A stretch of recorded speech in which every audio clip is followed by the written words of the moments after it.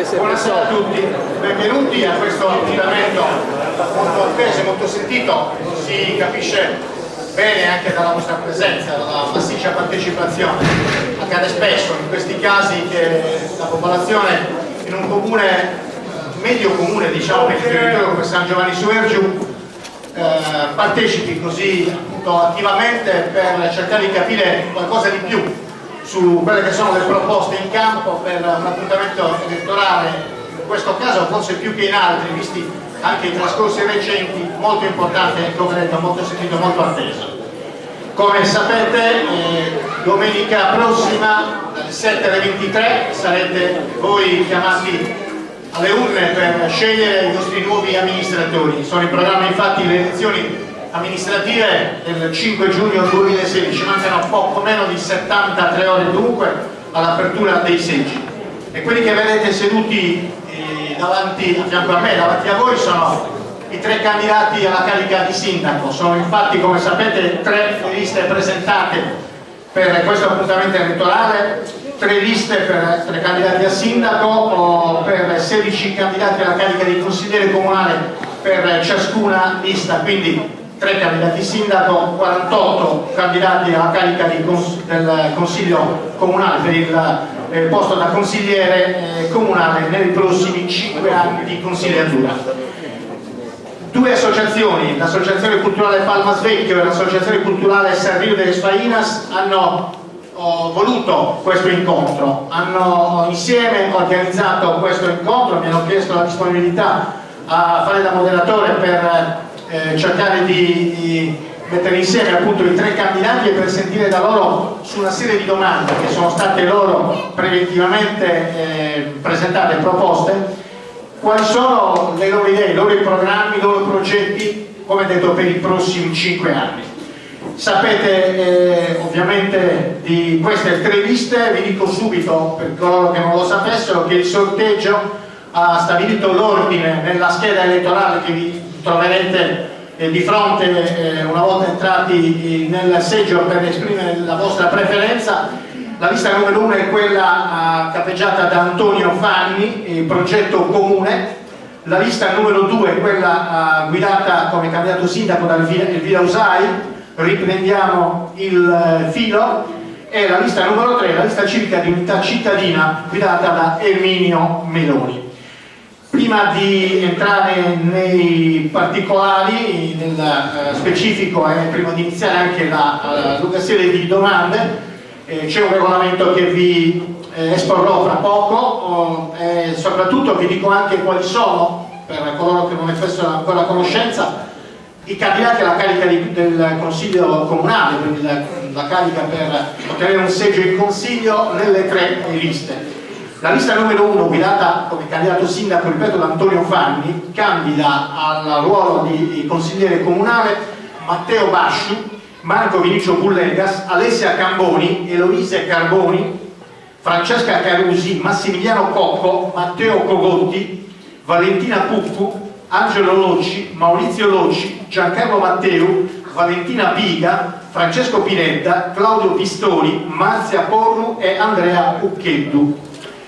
La lista numero 2, capeggiata dal candidato sindaco Elvira Usai, candida alla carica di consigliere comunale e i seguenti 16 cittadini di San Giovanni su Ergiu: Romina Amasio, Giampiero Cabras, Francesco Cocco, Michele Colella, Mariano Collu, Barbara Forresu, Gianfranco Ghisu, Marco Lambroni, Alessandra Manca, Alessandro Massaiu, Camilla Melis, Giuseppe Pinna, Nadia Piras, Valentina Spanu, Maria Giovanna Zara e Marco Zusa.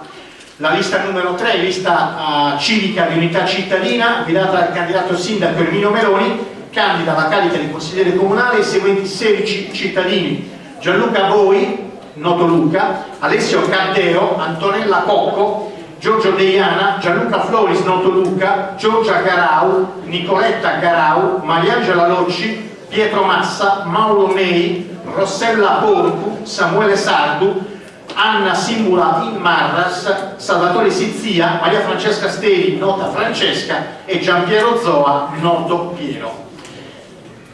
C'è una novità nel regolamento per quanto riguarda il Consiglio Comunale di San Giovanni su Reggio, così come per tutti i consigli comunali dei comuni al di sopra dei 5.000 abitanti, ovviamente anche di quelli al di sopra di 15.000 abitanti. Infatti domenica si potrà esprimere anche a San Giovanni su Reggio una doppia preferenza, cioè a parte oltre alla prima preferenza si potrà esprimere la seconda preferenza cosiddetta di genere, cioè se la prima preferenza è stata espressa da voi espressa per un candidato uomo di sesso maschile, la seconda dovrà essere espressa, se si desidera, non è obbligatorio, per un candidato donna, o viceversa, se la prima è una donna la seconda preferenza dovrà essere riservata ad un uomo.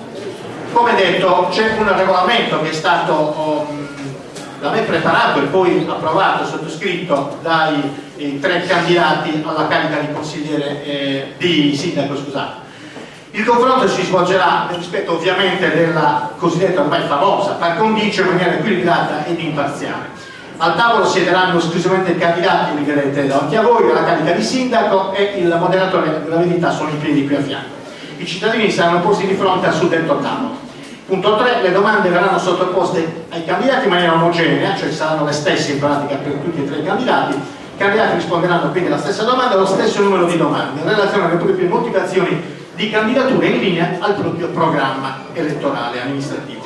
Le domande avranno come oggetto argomenti di esclusivo interesse pubblico e non personale. L'ordine di risposta alla prima domanda verrà determinato con pubblico sorteggio, vedete una scatola qui davanti a me, ci sono 3 bigliettini dentro con 3 numeri, 1, 2, 3 sarebbero le 3 liste, quindi in base al sorteggio che faremo fare poi, faremo estrarre da un minore possibilmente se c'è in sala, si determinerà l'ordine delle prime risposte, dopodiché si andrà a rotazione, cioè chi avrà risposto per primo poi slitterà in ordine, diciamo, al posto successivo. Dicevo poco prima dell'inizio si andrà al sorteggio e poi a rotazione, in modo che alternativamente sia sempre diverso l'ordine di risposta secondo il criterio della par condicio. A rispondere per prima alla seconda domanda sarà il candidato che aveva risposto per secondo alla prima domanda, il primo a rispondere alla terza sarà il candidato che aveva risposto per terzo e così via. L'ordine si ripeterà per ciascun blocco, ovviamente essendo 3 di 3 domande. Ogni risposta avrà il limite temporale massimo prestabilito di 4 minuti. Allo scadere di tale limite il microfono verrà spento. Io ovviamente prima, anche perché non è che i candidati potranno avere l'occhio fisso all'orologio, indicherò loro quando mancano 30 secondi e quando mancano 15 secondi, in modo che poi cercheranno di stringere per evitare di trovarsi mozzata la frase conclusiva. Il moderatore si asterrà da commenti e o giudizi e semplicemente coordinerà gli interventi facendo rispettare le regole fissate. Il moderatore si avvarrà di un cronometro, ce l'ho qui a fianco a me, necessario per segnalare il limite temporale della risposta. Il moderatore avviserà il candidato che il tempo sta per scadere 15 secondi prima del termine, quelli sono, anche senza la campanella, diciamo, li avviserò, eventualmente li avviso anche a 30 secondi per regolarsi meglio, penso che non siano problemi per loro questa piccola modifica di questo particolare. Gli interventi avranno forma di monologo senza alcuna possibilità di suggerimenti, di interferenza o di interruzione sia degli altri candidati sia del pubblico presente, ma con possibilità di interferenza del moderatore solo nel caso in cui non vengano rispettate le regole espresse nel regolamento. E infine, nel corso della tavola rotonda, questo è scontato, però è bene ribadirlo, non è permesso, non sarà permesso esibire e distribuire materiali di propaganda elettorale. Quindi siamo addirittura arrivo per l'inizio, anche perché abbiamo dei tempi prestabiliti, dovremmo avere a disposizione. Un problemino, ci sono domande che credo che siano di facile o veloce risposta, quindi 4 minuti uno li può risparmiare e per la par condicio utilizzarli su un altro punto. Bisogna vedere se gli altri candidati sono d'accordo, cioè eventualmente se su una domanda si risponde in 2 minuti, siete disponibili ad accettare di recuperarli successivamente?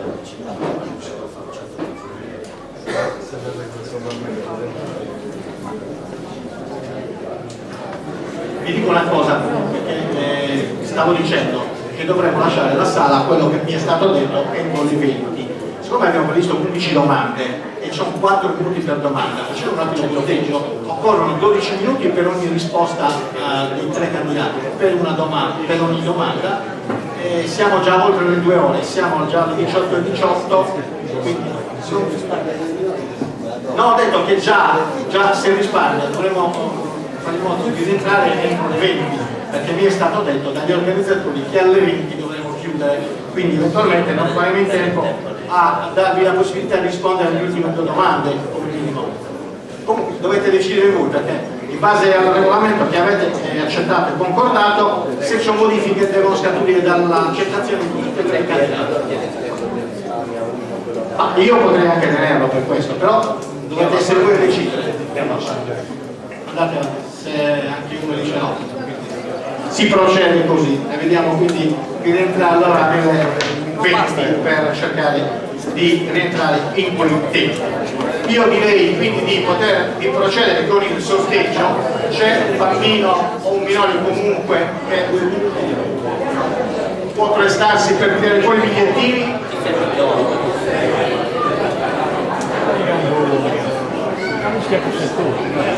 La bambina però è molto disponibile, io a questo punto direi un adulto, una persona vuole tirare fuori i bigliettini e lì la scatola. Tira fuori il primo bigliettino e vediamo che numero è.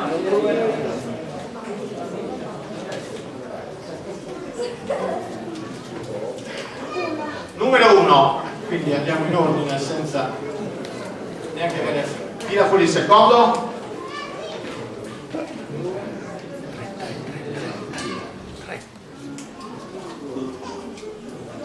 Due. Grazie. Il terzo ovviamente non c'è bisogno di tirare fuori. Allora, abbiamo concluso, diciamo, la parte introduttiva, preparatoria, adesso possiamo andare alle domande. Un attimo. La prima domanda è rivolta per primo ad Antonio Fanni. L'appuntamento elettorale arriva, come è noto, dopo un periodo di commissariamento durato 13 mesi, determinato dalla traumatica conclusione anticipata della consigliatura precedente. Chiedo come è nata la sua lista, quali forze politiche e sociali rappresenta. Via il tempo. Intanto buonasera a tutti, fa piacere vedere una sala piena in una giornata così calda per ascoltare i nostri programmi, quindi vuol dire che la vita politica in paese è ancora forte nonostante il tutto, quindi grazie. La nostra lista parte da lontano. Parte da lontano ovviamente con delle modifiche in corso. L'obiettivo primario nella costituzione della nostra lista è stato quello di cercare di unire più forze possibili intorno ad un progetto, intorno ad un programma. Era l'obiettivo di non far ripercuotere al Paese quello che è successo 5 anni fa con la proposizione di 5 candidati a sindaco, quindi di 5 liste di più di 80 candidati in Paese, che hanno portato a malumori, a divisioni e al cercare anche candidature forzate pur di riempire le liste. Noi questo obiettivo l'abbiamo portato a termine, siamo riusciti a mettere nella lista diversi gruppi politici, diverse persone che si sono prestate pur non avendo rapporti con i partiti, che hanno dato disponibilità e il loro impegno per questa causa. Un altro obiettivo che abbiamo messo nella costituzione della lista è stata la rappresentanza delle frazioni. Noi nella nostra lista abbiamo 6 candidati provenienti dalle frazioni e, come diceva il moderatore prima, utilizzando il criterio della doppia preferenza siamo riusciti a mettere in lista un uomo e una donna in ogni frazione, con l'obiettivo ovviamente di eleggerli e di portare in consiglio comunale una formula paritaria, che cioè una rappresentanza del centro e una rappresentanza delle frazioni. Noi con umiltà ci mettiamo al vostro servizio, siamo orgogliosi di quello che abbiamo prodotto, questa è la nostra lista, ci siamo presentati agli elettori più volte, speriamo di aver fatto la scelta giusta, ma ne siamo convinti. Grazie. Antonio Fanni ha utilizzato 2 minuti e 26 secondi. Stessa domanda a Elvira Usai. L'appuntamento elettorale, dicevamo, arriva dopo un periodo di commissariamento durato 13 mesi, determinato dalla traumatica conclusione anticipata della consigliatura. Come è nata la sua lista? Quali forze politiche e sociali rappresenta? Buonasera a tutti. Allora, riprendiamo il filo, come dice la parola stessa, della nostra lista e come abbiamo spesso detto nelle piazze durante i nostri comizi, praticamente si ripropone di ricucire, di rinsaldare e soprattutto ricompattare un tessuto sociale ed economico nella nostra comunità, nel nostro paese ormai sfilacciato, deteriorato, insomma da tutte le vicende che purtroppo questa comunità, di cui purtroppo questa comunità è stata protagonista.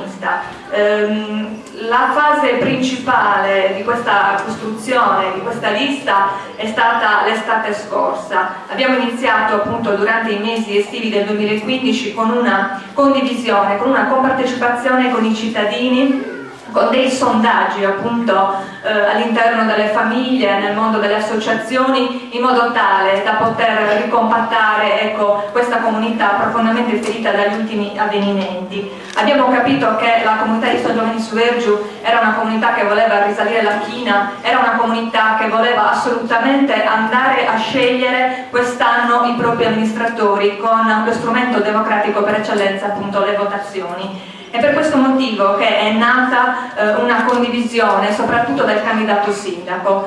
Io sono onorata di questa scelta, la scelta che è stata effettuata dai gruppi che mi sostengono, ma soprattutto il fatto che il mio nome sia nato appunto nelle famiglie e nel mondo delle associazioni. Per cui la costruzione della nostra lista è stata effettuata da gruppi, da movimenti territoriali, da forze identitarie, dai movimenti del paese proprio e soprattutto da quelle forze moderate che ormai non si riconoscono più in un sistema partitico. Il mondo dell'associazionismo, come vi ho già anticipato, è stato determinante, ha espresso anch'esso le migliori risorse che noi abbiamo in lista. Come tutte le liste, credo, abbiamo avuto un occhio di riguardo ovviamente nella parità tra uomo e donna, nella scelta delle risorse umane, non solo a livello diciamo di capacità, ma anche di espressione e di provenienza. Tutti i punti, tutti i luoghi della nostra comunità, del nostro paese sono stati toccati e ogni punto, ogni luogo ha un suo rappresentante. Inoltre, quello che tengo a dire a tutti quanti voi è che le risorse che sono presenti nella nostra lista veramente non sono state scelte né per quantità di voti né per spaccare famiglie, ma soprattutto perché sono delle persone che con umiltà, con senso di responsabilità si vogliono mettere al servizio di questa comunità per poter fare di nuovo una programmazione politica seria e lungimirante, perché questo paese ha assolutamente il diritto di ritrovare il proprio prestigio al centro del Sulcis, non solo come entità, come paese fisico, come posizione strategica, ma soprattutto dal punto di vista culturale, sociale ed economico. Dobbiamo andare a riprenderci quello che era il nostro posto tanti anni fa e che tutti in un certo qual modo ci invidiavano a livello di paesi appunto che ci stanno attorno. Quindi quello di cui sono veramente onorata stasera di dover dire e rimarcare è appunto questa grande fiducia che c'è stata appunto nei miei confronti e la condivisione del candidato sindaco che nasce dal popolo e lavorerà per il popolo. Grazie.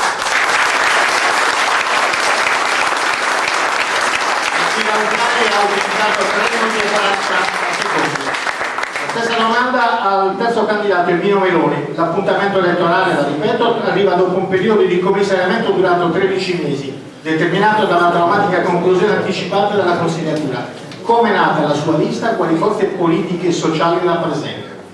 Ma intanto dico che la nostra lista è una lista anomala, nel senso che è nata senza volontà. Perché noi siamo partiti da un progetto molto semplice, che era quello di mettere insieme tutte le forze del paese.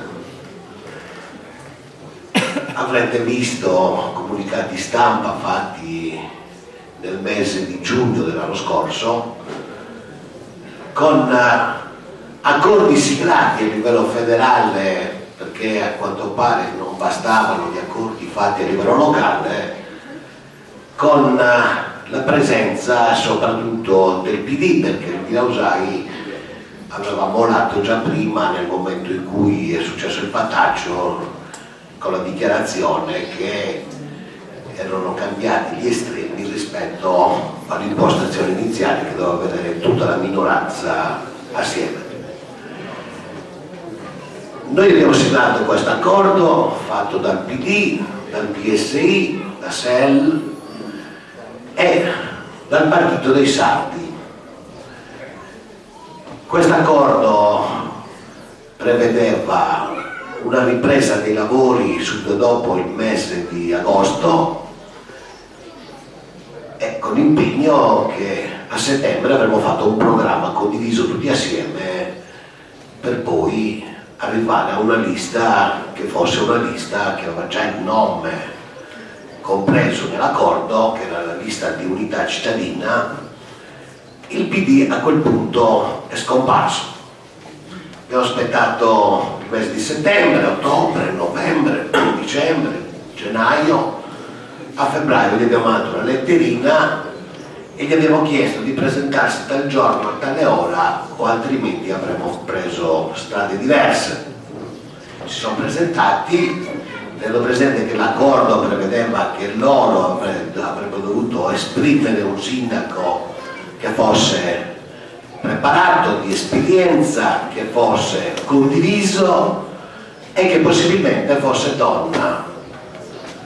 Ci hanno presentato il nome del segretario di sezione, al quale abbiamo detto che non ci interessava un segretario di sezione, ci interessava eventualmente una persona che avesse una certa esperienza, perché i fattacci che erano successi necessitava proprio una certa esperienza per mettere il sesto alla macchina. Hanno preso una settimana di tempo, sono tornati dopo una settimana e hanno fatto la stessa proposta con arroganza addirittura. Ci hanno detto che loro erano il partito di maggioranza relativa, che avevano il diritto, anzi hanno usato queste parole, avevano l'onere e l'onore di dover esprimere il sindaco. Secondo punto, nel modo insindacabile, tenete presente che se l'accordo non ci fosse stato, erano previste le primarie, invenzione non nostra, e se eventualmente non ci fosse stato accordo, appunto, sembrate primarie sono venuti 30 secondi. Secondo punto ci hanno detto in sostanza che loro avevano preparato la lista e pare se volevamo starci, in sostanza di starci buonanotte. Cosa si è verificato in sostanza? Che loro nel mese che non sono fatti vedere la lista, noi siamo una lista formata da gente comune che proveniente dalla società normale, padri e madri di famiglia che hanno la volontà di amministrare in termini trasparenti e costruttivi questa. Finito?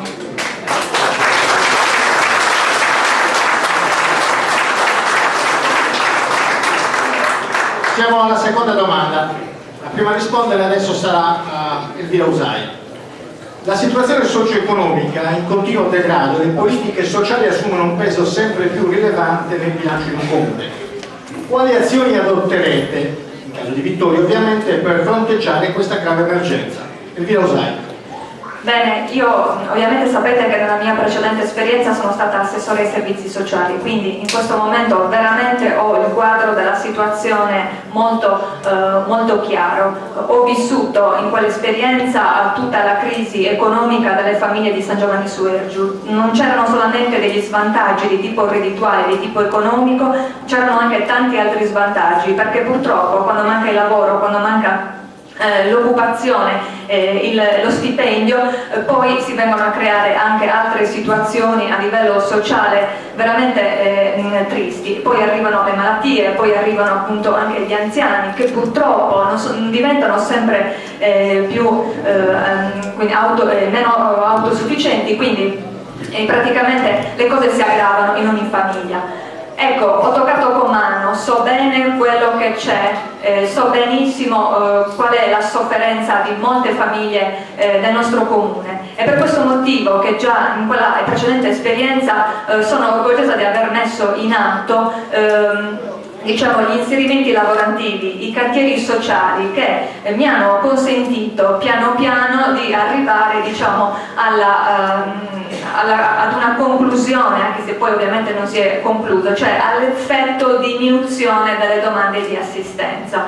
Abbiamo visto insieme al comparto dei dipendenti dei servizi sociali che nel corso dei 2 anni, nel momento in cui le famiglie appunto venivano chiamate a lavorare e a non percepire la semplice assistenza, poi dopo il periodo lavorativo avevano la possibilità di usufruire degli strumenti di disoccupazione o comunque di altra natura.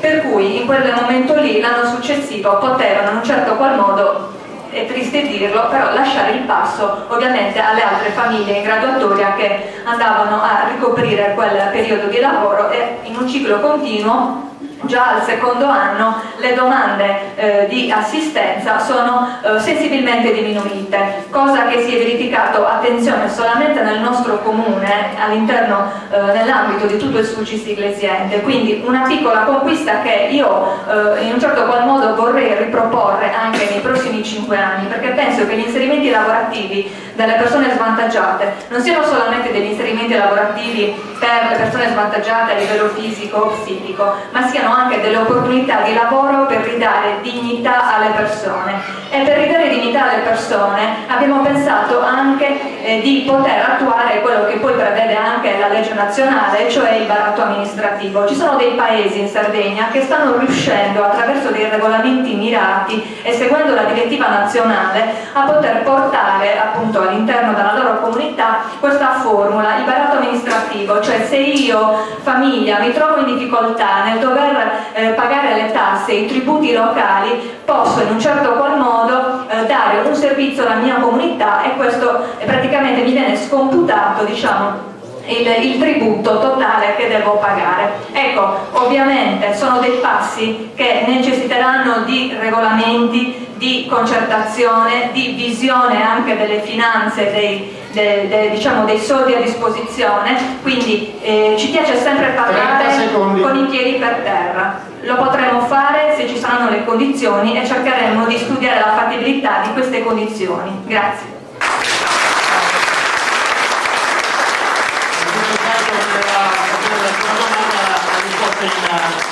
In 3 minuti e 40, 3 minuti e 38 per esattezza.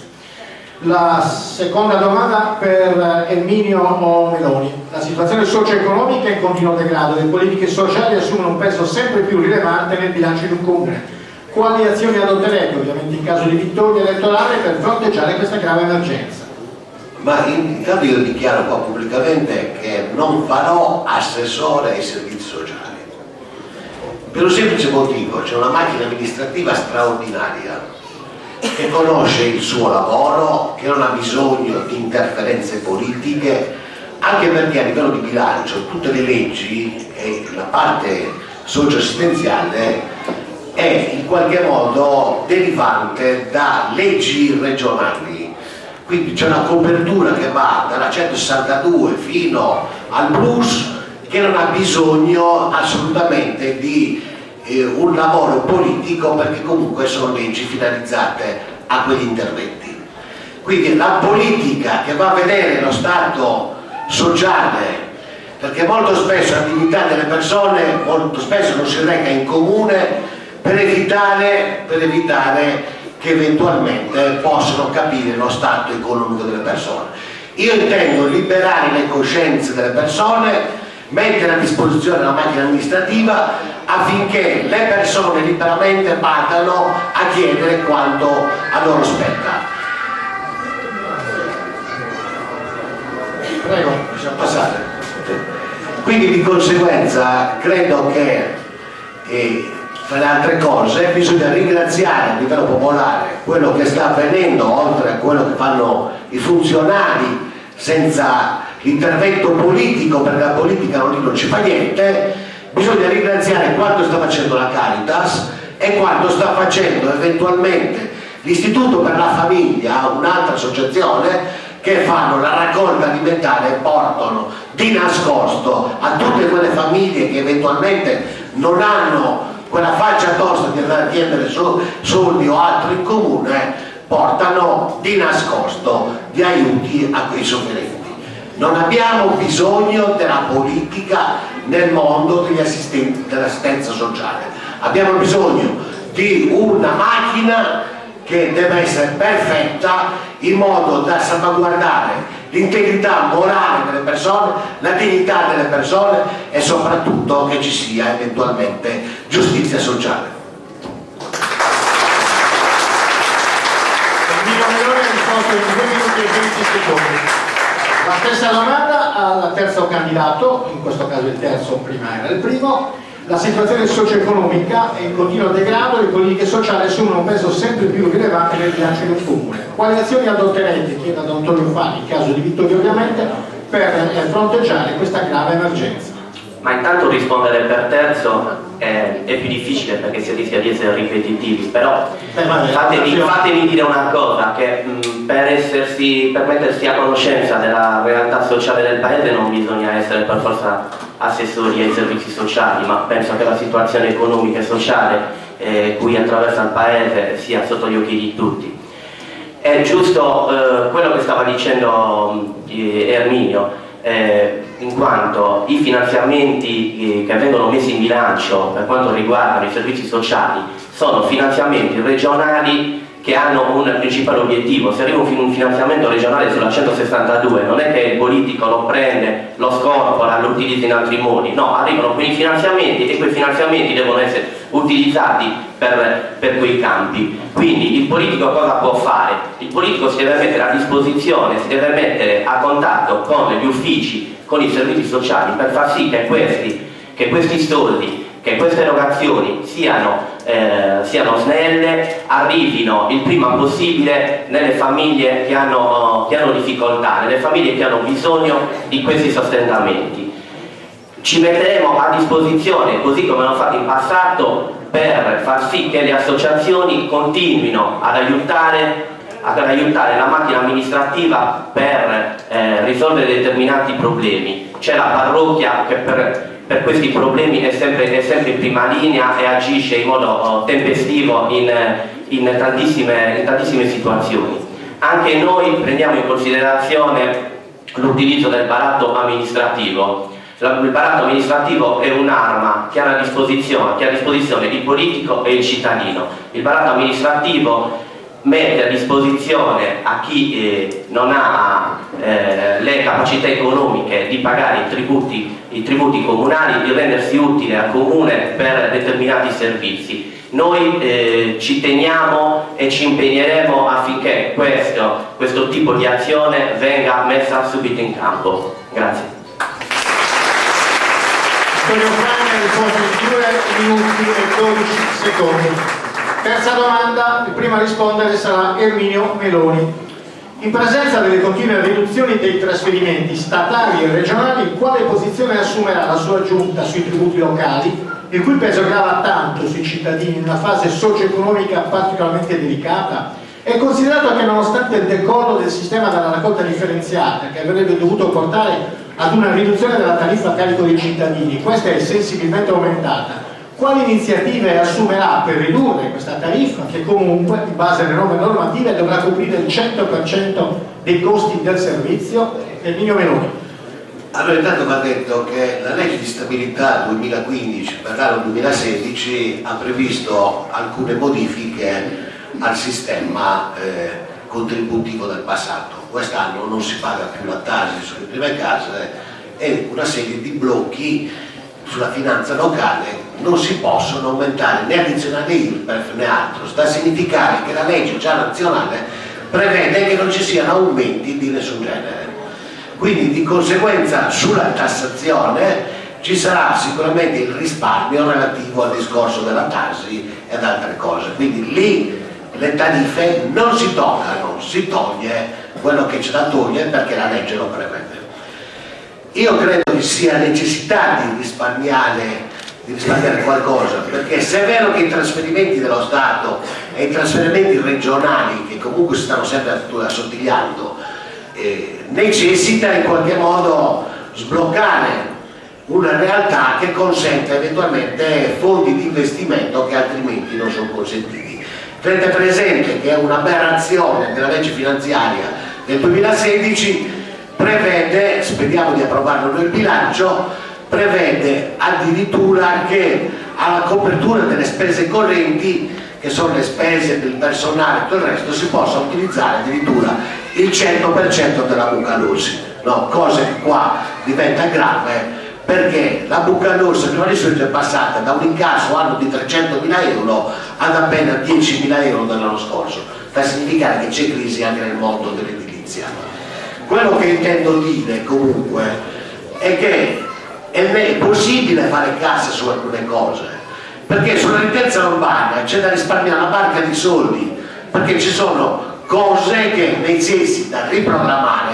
Faccio un esempio: il passaggio doppio ogni 2 giorni del secco, no? Comporta che cosa? Comporta il fatto che siccome ogni 2 giorni passa il secco, qualche famiglia, no, prende l'umido e lo mette nel secco, così fa prima. E a questo punto manca anche la premialità, perché se noi arriviamo e raggiungiamo numeri importanti sul discorso della premialità, tenete presente che un appalto capestro dell'amministrazione comunale di Sottomarino del passato ha previsto che la premialità andasse all'impresa e non un ritorno alla comunità. Noi faremo in modo di risparmiare e faremo in modo che le parti nobili della differenziata, tipo il discorso della plastica, che oggi gli introiti vanno comunque all'impresa, tipo il discorso di carta e cartone, che oggi vanno comunque all'impresa, c'è un consorzio nazionale, la Codepla, che raccoglie e paga tot a tonnellata la plastica, cosa che oggi fende direttamente l'impresa. Queste aberrazioni vanno assolutamente eliminate e necessita portare avanti un progetto sull'altezza urbana che sia corrispondente alle necessità reali della comunità, risparmiando una montagna di soldi.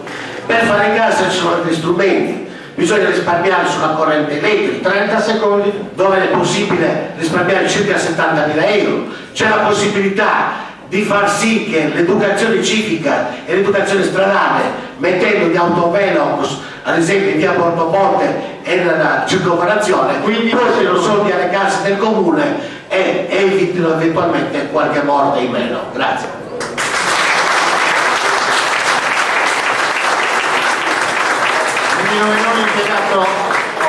Ha utilizzato 3 minuti e 52. Questa stessa domanda per Antonio Fanni. In presenza delle continue riduzioni dei trasferimenti statali e regionali, quali posizione assumerà la sua giunta sui tributi locali, il cui peso grava tanto sui cittadini in una fase socio-economica particolarmente delicata?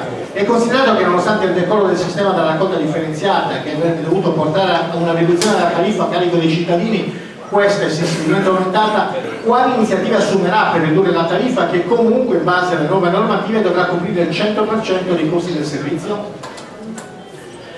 Allora, intanto l'aumento delle tasse è la cosa più semplice che un amministratore può fare. Noi questa strada non la vogliamo seguire. Noi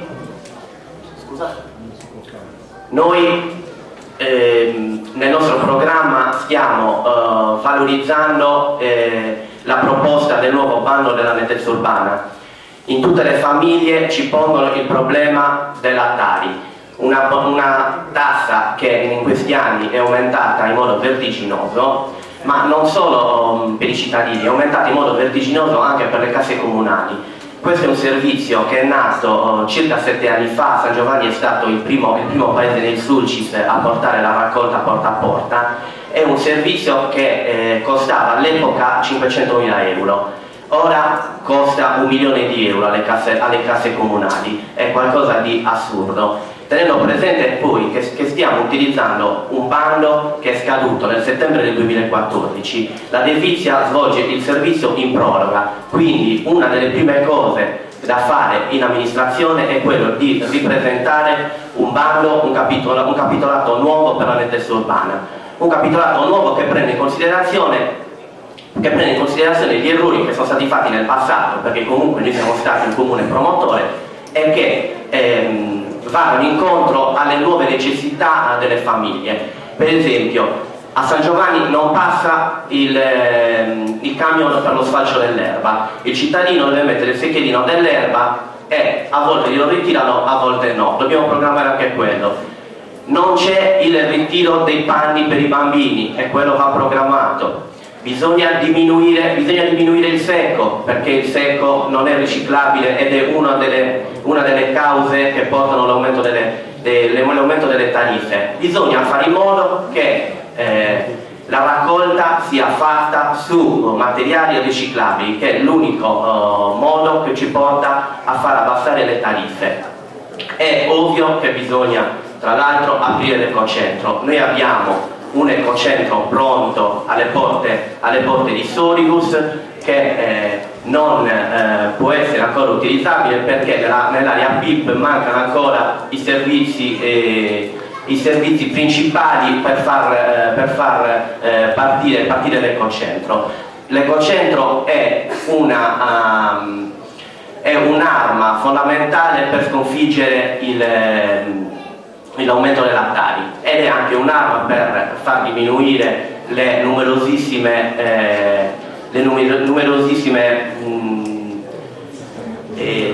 sacchetto selvaggio, non mi viene la parola. Ci sono tantissime discariche abusive in paese. Dobbiamo innanzitutto eliminarle e far sì che le discariche abusive in paese siano sempre meno, anche se sappiamo che è un problema che si portano dietro tantissimi comuni. Noi, ripeto, come una delle prime operazioni che faremo in caso di vittoria è mettere mano al bando della nettezza urbana.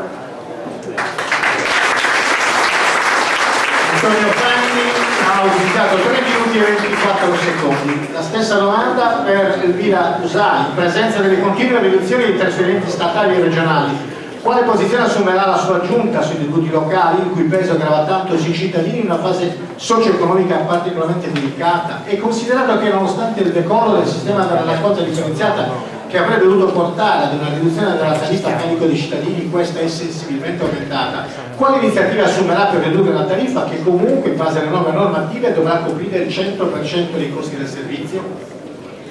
L'aumento delle tasse non lo vogliamo noi, non lo decidiamo noi, è una direttiva nazionale e noi come amministrazione ci adeguiamo con tutto il cuore, perché la dobbiamo smettere di mettere mano alle tasche dei cittadini. Quindi è inutile che io abbia sentito in qualche casa qualcuno che dice ma probabilmente le bollette dei lattari riusciremo a diminuirle drasticamente già dal primo anno di amministrazione.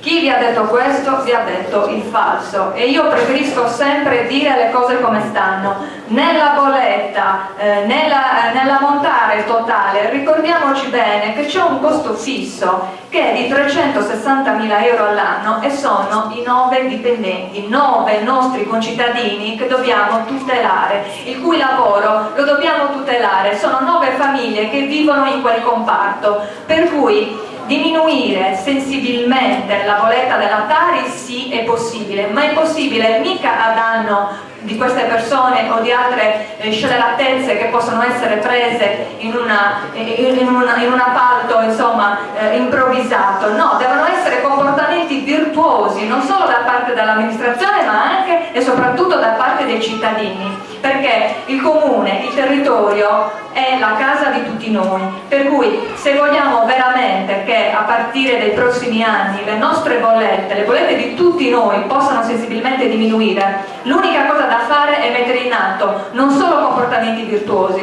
ma anche e soprattutto campagne di sensibilizzazione per i nostri bambini, campagne informative, giornate ecologiche, una sorveglianza, un controllo del territorio attraverso le forze pubbliche comunali per le discariche abusive. Ma tutti noi dobbiamo essere, i controllori del nostro territorio. Ogni volta che usciamo in bicicletta, ogni volta che ci facciamo una corsa, segnaliamo il sacchetto selvaggio, segnaliamo la discarica abusiva e soprattutto gli ingombranti andiamo a metterli, speriamo prestissimo, nell'ecocentro che si deve assolutamente aprire. Dovranno essere risolte quelle problematiche che appunto ne hanno impedito l'apertura e che consentiranno a molte famiglie del nostro paese di poter assolutamente convogliare e poi portare gli inerti, gli ingombranti lì. Quindi un uso sistematico delle compostiere, soprattutto nei meadows, nelle zone di campagna, nei poderi, questo è importantissimo. La differenziata va fatta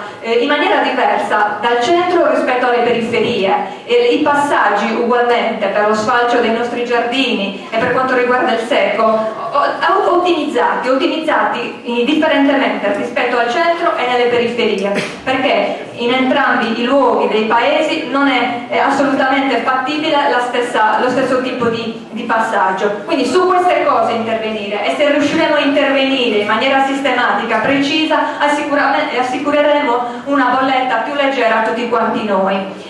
Per quanto riguarda la domanda precedente, visto che ho ancora qualche secondo, l'inesperienza del candidato Fanni si vede proprio da quello, perché l'assessore ai servizi sociali è, diciamo, il punto di riferimento, non è colui che fa clientelismo, non è colui che interferisce nelle famiglie, non è colui che appunto mette becco sulle leggi di settore. Ci sono finanziamenti diversi dalle leggi di settore e questo il candidato Meloni lo sa benissimo, che abbiamo portato attraverso il Plus, e sono finanziamenti nazionali ed europei. Grazie.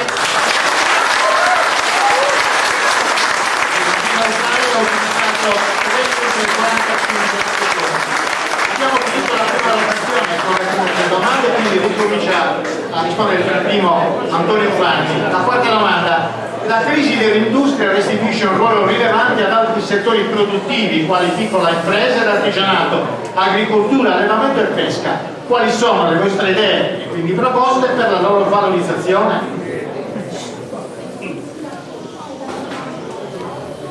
Intanto, al di là della crisi industriale, riteniamo che rafforzare determinati settori che sono importantissimi per la nostra economia, quindi l'agricoltura e la pesca, vadano fatti al di là della crisi industriale.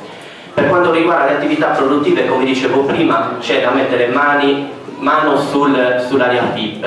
Abbiamo l'area PIP che è ancora senza servizi primari. Ci sono ancora attività produttive che hanno la luce, l'energia elettrica cantierabile e sono pronti a fare il proprio lavoro, e questa mancanza di servizi, tra l'altro, blocca anche la voglia imprenditoriale che alcuni hanno, e quindi l'acquisizione di nuove aree PIP che sono nel comune disponibili. Per quanto riguarda gli altri settori come l'agricoltura, il nostro impegno è intanto aprire una collaborazione con la Coldiretti per far sì che anche nel nostro paese nasca Campagna Amica, la campagna Amica con la Coldiretti che viene utilizzata in diversi comuni della zona per far sì che vengano venduti prodotti a chilometro zero, rendere i servizi poi del consorzio di bonifica a disposizione degli agricoltori, quindi anche lì far sì che i rapporti col consorzio di bonifica rimangano stretti e collaborativi. Per quanto riguarda invece la pesca, abbiamo avuto numerose segnalazioni di problematiche, intanto per quanto riguarda l'arrivo, quindi le strade che portano nelle coste e quindi nei luoghi di lavoro dei pescatori. Faccio per esempio l'esempio di Spitzus.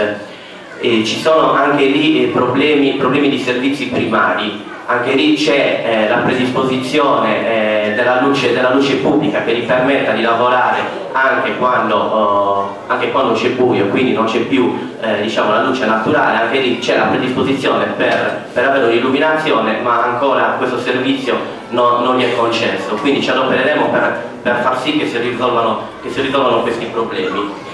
Inoltre c'è un finanziamento da recuperare per quanto riguarda il porticciolo di Puntedrettu.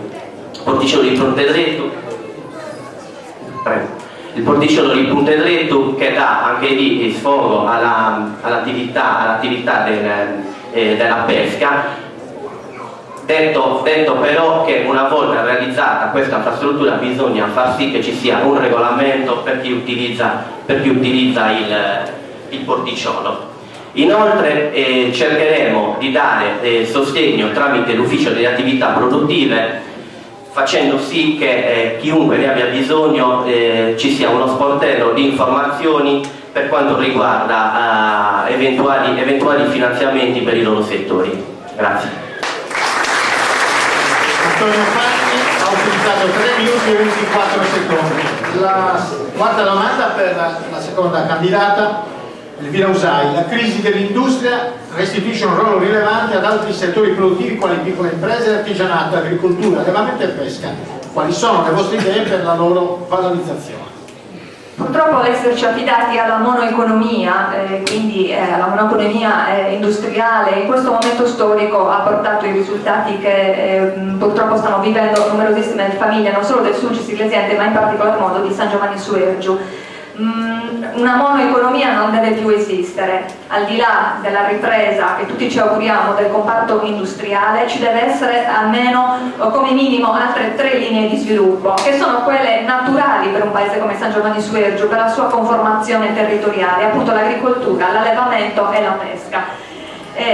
8 bistecche su 10 arrivano da fuori, 8 pesci su 10 arrivano da fuori. Non è tollerabile in un paese come questo, che ha 13 km di costa, che ha dei sistemi produttivi, che ha come gli idroallevamenti, e anche dei sistemi produttivi attraverso l'operato dei pescatori, e soprattutto ha dei sistemi produttivi per quanto concerne l'allevamento. Quindi produrre di più, produrre meglio e soprattutto diversificare, questo nel campo dell'agricoltura.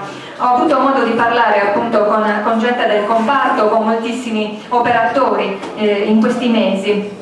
Sicuramente la diversificazione delle culture è quella che ci può rendere più forti e competitivi. Assolutamente. Se io dovessi mettere qua un negozio di formaggio e a fianco ne nasce un altro, non andiamo da nessuna parte. Questo è per fare un esempio. Se dovessi mettere qua un negozio di formaggio e a fianco un negozio di pasta, Bessinti, Currugianesi e Seadas, e tutti quanti siamo contenti. Questo per dire che cosa?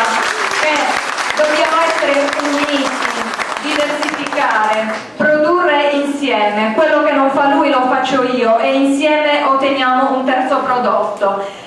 Ci viene incontro uno strumento fondamentale europeo, il piano di sviluppo rurale. Dal 2014 al 2020 prevede tutta una serie di finanziamenti su cui la Regione, e io appunto ho avuto modo di lavorare con l'assessore all'agricoltura Elisabetta Falchi, sta lavorando benissimo, è riuscito a incanalare i vari finanziamenti su molti comparti. Le scadenze restano aperte, sono usufruibili. Bisogna solamente fare delle campagne informative per il nostro territorio, per il nostro paese, e permettere a chi vuole vivere e lavorare in questo comparto di poterlo fare in serenità e con gli strumenti non solo burocratici ma soprattutto finanziari adeguati. Pensiamo al primo insediamento agricolo per tutti coloro che hanno meno di 40 anni, vogliono iniziare a fare un'impresa agricola, sono circa 70.000 euro che vengono dalla comunità europea. Pensiamo anche alla modernizzazione delle macchine agricole, al benessere animale. Ci sono tantissimi finanziamenti e noi dobbiamo essere bravi a intercettarli, noi dobbiamo essere bravi a rapportarci con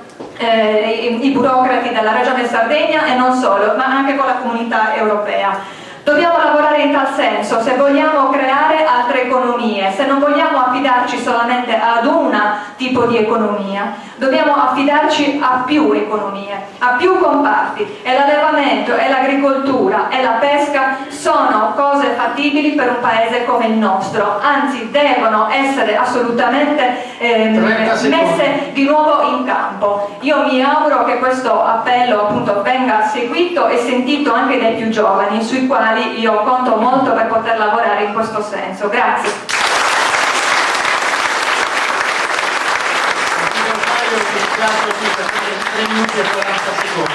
Quarta domanda anche per Erminio Meloni. La ripeto, la crisi dell'industria restituisce un ruolo rilevante ad altri settori produttivi quali piccole imprese e artigianato, agricoltura, allevamento e pesca. Quali sono le vostre idee per la loro valorizzazione? Allora, intanto bisogna dire in quale situazione economica dal punto di vista industriale del nostro territorio, perché senza industria credo che non si vada avanti con la sola agricoltura, pesca e turismo. E noi abbiamo due società pubbliche, una è l'Igea, che era in fallimento per un debito di circa 22 milioni, è stata messa a posto dalla Sala dell'Industria regionale e oggi viaggia con un appalto di circa 80-90 milioni l'anno, quindi quel comparto è stato sistemato. L'altra società pubblica è la Carbosulcis, che aveva un debito, diciamo che c'era un problema sulle incentivazioni pubbliche che la Comunità Economica Europea aveva bloccato, e quindi c'era un debito solide da restituire per circa 475 milioni. Hanno fatto un piano di dismissione della Carbosulcis che in sostanza prevede un piano di chiusura al 2029 con una spesa complessiva di 270 milioni, quindi fino al 2029 anche quel comparto è stato sistemato. Per quanto riguarda l'Alumina, sono legati alla valutazione di impatto ambientale di una centrale che dovrebbe lasciare carbone per fornire l'energia elettrica. Hanno ottenuto recentemente altri 2 anni di cassa integrazione che parzialmente è in qualche modo cofinanziata dalla stessa Eurolumina. La Portovesme sta aspettando probabilmente che ci siano risorse a basso consumo, anche se l'accordo fatto a livello nazionale prevede un costo irrisorio a megawattora. E poi c'è il problema dell'Alcoa, che è potenzialmente legata alla stessa Glencore della Portovesme, che acquisisce l'azienda solo qualora si risolve il problema energetico. C'è un altro problema spinoso invece, che la ILA, l'imprenditore, che è un imprenditore sardo, ha in sostanza fatto un piano aziendale per 45 milioni di euro, 30 milioni sono previsti nel piano di sviluppo del Sulcis e 15 milioni li vuole l'imprendente da altre parti.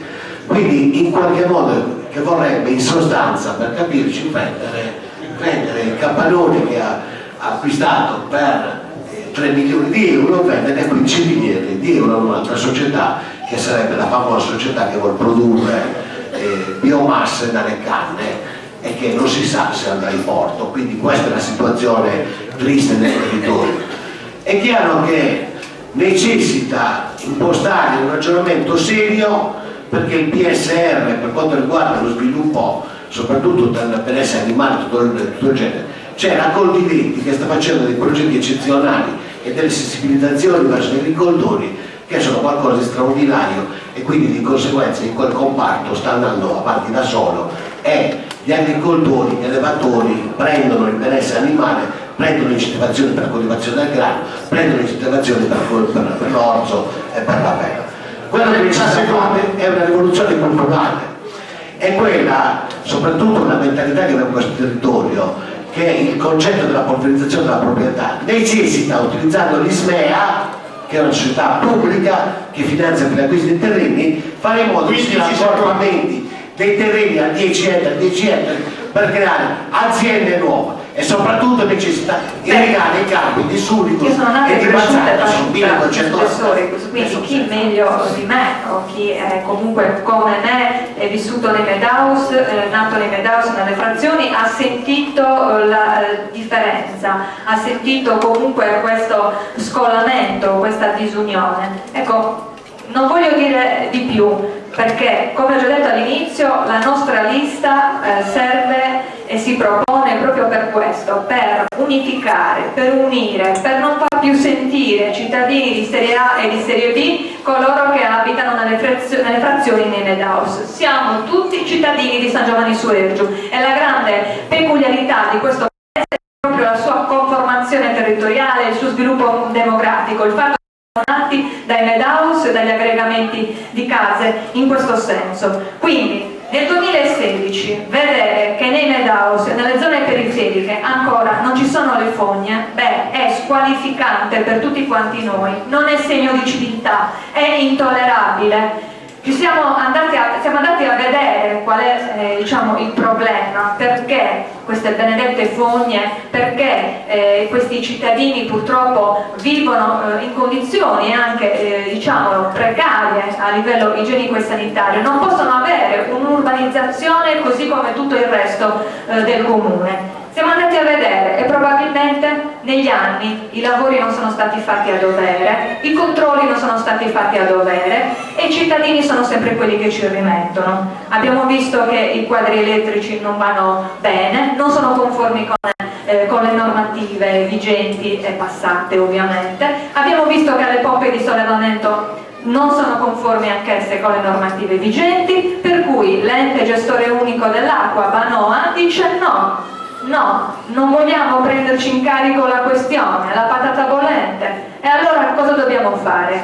Cosa dobbiamo dire a questi cittadini se dovessero appunto riporre la fiducia in questa lista, in questa amministrazione che io mi onoro di rappresentare per le prossime elezioni?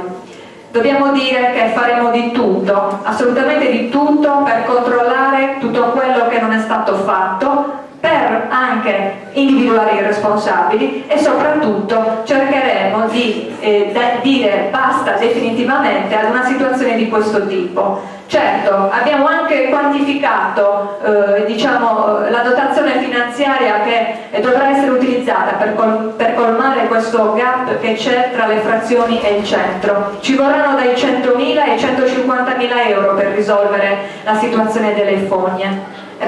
Cercheremo questi soldi ovunque li cercheremo, gratteremo ovunque, faremo un'opera di razionalizzazione delle risorse, gestiremo gli sprechi perché questi cittadini devono assolutamente poter dire nel 2016 di avere opere di urbanizzazione identiche così come il centro di San Giovanni. Non è più tollerabile questa situazione. Non ci può essere una classificazione di questo tipo, ci possono più essere cittadini di serie B. Grazie. Esatto, 3 minuti e 20 secondi. Erminio Meloni, frazioni. Erminio Meloni viene da una frazione. Quali interventi avete in programma per migliorare le strutture e i servizi delle periferie che nel comune di San Giovanni su Ergio da sempre un peso rilevante? Allora, diciamo subito che le cose non sono esattamente come le dette da Usaino, le fogne esistono nelle piccole frazioni ad eccezione di Spintus. Spintus è senza frazione, le altre frazioni necessita collegarle perché molto spesso manca il tronchetto di collegamento dal privato al coso. Ma le pompe di sollevamento che mandano i reflui al mega depuratore sono in funzione, sono regolarmente in funzione, verificato. C'è una segnalazione da parte di Avanova che riguarda l'adeguamento di determinate cose.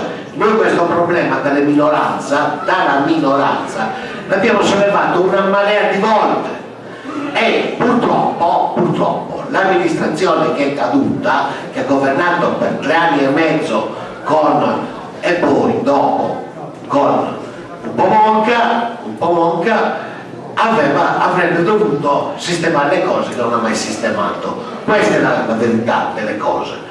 Le frazioni non hanno quella trascuratezza che stiamo propagando qui.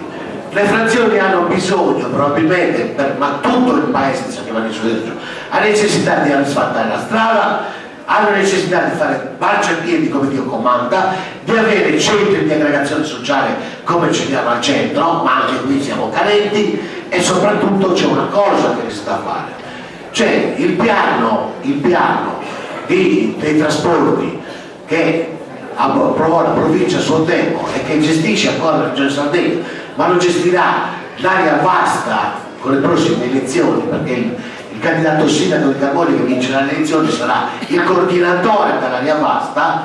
C'è la necessità di organizzare con le frazioni e con le piccole frazioni un servizio di minibus, perché quello è il problema dell'isolamento delle frazioni, non è altro, e necessita soprattutto ripiantare quel verde pubblico che io ho detto e ho battezzato la giunta Motosega a suo tempo ha tagliato, no, perché hanno desertificato le realtà. Tra le altre cose, se tagli un albero lo tagli perché sta crescendo il volume, è chiaro che cresce il volume man mano che cresce, ma se hai tagliato l'albero metti in sicurezza il marciapiede perlomeno, perché prima c'era l'albero, sono stati, oggi c'è la stessa situazione grave di pericolo con i marciapiedi diretti, no? E non c'è manco l'albero che protegge. Queste sono cose gravi che non ha combinato né l'isolamento, ma che ha combinato una certa amministrazione della quale Elvira Sai era la numero 2. Questo bisogna dire, con la cosa è vero, con la verità, altrimenti non ci siamo, altrimenti sembra che tutti siamo uguali, altrimenti sembra che tutti abbiamo la stessa voglia di fare, che non è così. Necessita che si dia a Cesare quel che è di Cesare e a Dio eventualmente quello che è di Dio, ma bisogna sempre, anche nei confronti pubblici come questo, dire perlomeno un po' di verità, possibilmente tutta, e quindi 30 secondi scarsi. E quindi necessita che le frazioni siano guardate dal punto di vista dell'inserimento sociale come un corpo unico col 15 secondi. E la viabilità e il trasporto è una delle armi. Ennio Meloni chiude questo ciclo di risposte per la quinta domanda. Antonio Fanni, frazioni, quali interventi avete in programma per migliorare le strutture e i servizi delle periferie che nel comune di San Giovanni Surgio hanno da sempre un peso rilevante? Antonio Fanni. No, sono stupito dalla sensibilità che ha Usai ai problemi della popolazione, che dopo aver fatto 3 anni di vice sindaco non si era ancora accorto che le fogne nei mail house non erano state ancora lanciate, se ne è dovuto accorgere in questa campagna elettorale.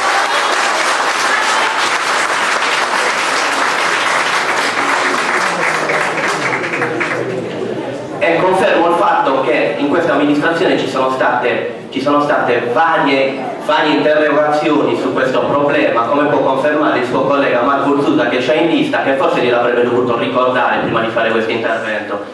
Comunque, al di là delle polemiche, cosa vogliamo fare per le frazioni? Intanto migliorare i collegamenti e se necessario mettersi in contatto con l'AST per far sì che ci sia un irrobustimento del servizio.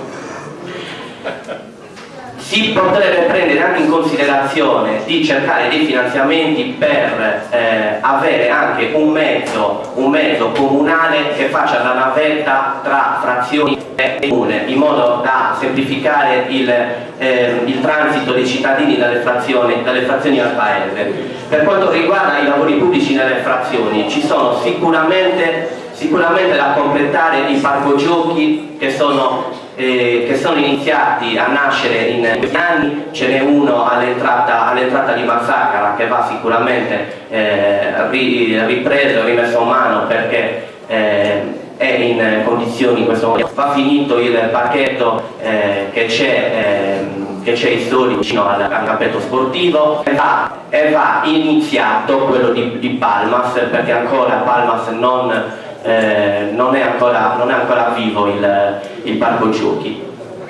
C'è da dare un'attenzione particolare agli impianti sportivi. Quest'anno di commissariamento le società sportive che sono vive nelle frazioni hanno avuto difficoltà nell'iniziare la stagione sportiva, in quanto gli impianti sportivi non erano manutenzionati, non gli permesso l'agibilità per poter svolgere l'attività sportiva. Ogni frazione ha una società sportiva. A Palmas c'è il calcetto, a Mazzaccara c'è la Mazzacarrese, all'Istoricus c'è la Polisportiva Istoricus. Fanno un egregio lavoro ed è importantissimo far sì che le società sportive continuino a vivere nelle frazioni. Noi ce lo adopereremo perché questo continui ad esserci. Inoltre, maggiore attenzione ai problemi quotidiani. La nostra idea è quella di mettere a disposizione del comune una squadra di operai che sia pronta ad intervenire qualora ce ne fosse bisogno. Quindi una squadra pronta in caso di necessità ad andare nelle frazioni, nei mail house, ad intervenire nei problemi del quotidiano. Questo è tutto, grazie. Antonio Fanni ha utilizzato 3 minuti e 19 secondi. Siamo alla sesta domanda, diciamo al giro di boa, essendo 11 le domande di questo confronto. Iniziamo con Erminio Meloni, se non sbaglio. La nuova amministrazione sarà chiamata a mettere mano al nuovo PUC, il piano urbanistico comunale, e al PUL, il piano di utilizzo dei litorali. Quali sono le vostre linee di indirizzo per i 2 importanti strumenti di pianificazione urbanistica? Erminio Meloni. Intanto bisogna dire che non esiste a livello regionale una legge urbanistica. Stiamo aspettando perché in elaborazione che arrivi stabilita la legge urbanistica. Esiste invece la legge numero 8 che sarebbe l'adeguamento al piano casa nazionale, che ha portato alcune modifichette ma proprio di poco conto sulla dicitura della concessione che mi ha permesso e cose del genere, e ha portato delle modifiche un po' alla legge 23 dell'86 e un po' alla legge 45 dell'89. Il discorso base che in sostanza la Regione pretende dalle amministrazioni è che si adegui al piano paesaggistico regionale. Il problema grave che tiene in piedi il decreto 2226, che è il famoso decreto Floris, che in qualche modo detta dei parametri che sono pari a 100 metri cubi ad abitante insediabile, e quindi facendo dei calcoli il problema è spinoso, spinosissimo, non è una questione di ragnapino. Probabilmente bisogna agire per recuperare volumi su realtà come può essere, faccio esempio, la zona dove abito io ho un cortile con 1200 metri quadri, tutto edificabile, bisogna che lì invece di darmi 2 metri cubi al metro quadro me ne diano uno solo, perché tanto io non costruisco più. Quindi potenzialmente c'è quasi la necessità di fare un piano particolareggiato del piano urbanistico, se vogliamo mantenere le volumetrie, perché il piano urbanistico che abbiamo in essere era un piano che prevedeva uno sviluppo fino a 15.000 abitanti. Quindi gli abitanti invece sono passati da 7.300 circa a poco più di 6.100. Qui immaginate le difficoltà che ci sono sul piano urbanistico, ma ci lavoreremo e ci lavoreremo seriamente. Per quanto riguarda invece il pool è necessario, perché senza il pool determinate infortuni che ci sono capitate, tipo il kitesurf, da qua devono sparire, perché necessita fare una programmazione puntuale di quello che possiamo fare nei litorali. Noi abbiamo alcune idee belline, tipo ad esempio l'acquisizione di Puntaretu, farci al centro una passeggiata illuminata con dei posti eventualmente per qualche gazebo, in modo che la gente probabilmente invece di andarsi da Sant'Antioco a passeggiare al caldo se ne va in mezzo al mare a passeggiare. Il pool è uno strumento di gestione delle coste dove è possibile realizzare volumi temporanei al servizio del commercio, al servizio della balneazione e al servizio di tutto quello che eventualmente capita nel settore turistico marino. È una cosa importante, una cosa da fare subito e da fare possibilmente prima anche dell'approvazione della PUC. Quindi queste sono le nostre intenzioni. Rispondere 3 minuti e 14 secondi. Ora risponde Antonio Fanni, la domanda è la stessa. La nuova amministrazione sarà chiamata a mettere mano al nuovo PUC, il piano urbanistico comunale, al PUL, il piano di utilizzo dei litorali. Quali sono le vostre idee e le vostre linee di indirizzo per i 2 importanti strumenti di pianificazione urbanistica? Allora, intanto il PUC e il PUL sono 2 punti che a noi ci arrivano in eredità, non avendo governato questo paese, quindi dobbiamo intanto verificare lo stato dell'opera di questi 2 piani. Una volta conosciuto lo stato dell'opera, per esempio del PUC, possiamo dare una linea politica. Intanto in pochissimi paesi si riesce a portare a termine il PUC per le leggi paesaggistiche e per i vincoli paesaggistici che ha la legge regionale. Noi intendiamo dare tanto delle linee politiche cercando di trovare un'area per zona popolare, in quanto se si riesce nella prossima consigliatura ad avere un finanziamento per quanto riguarda l'edilizia popolare, siamo in questo momento sprovvisti di una zona dove poter costruire. Quindi una delle linee politiche è quella di trovare una zona per questa eventuale situazione e creare nuove zone di espansione, le cosiddette zone C.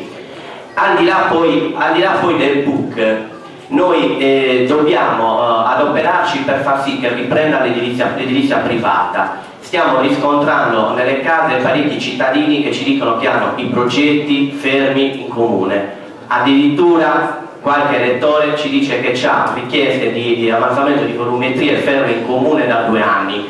Queste, al di là della risoluzione del PUC, sono problemi su cui dobbiamo metterci le mani immediatamente, perché è impossibile andare avanti in questa maniera.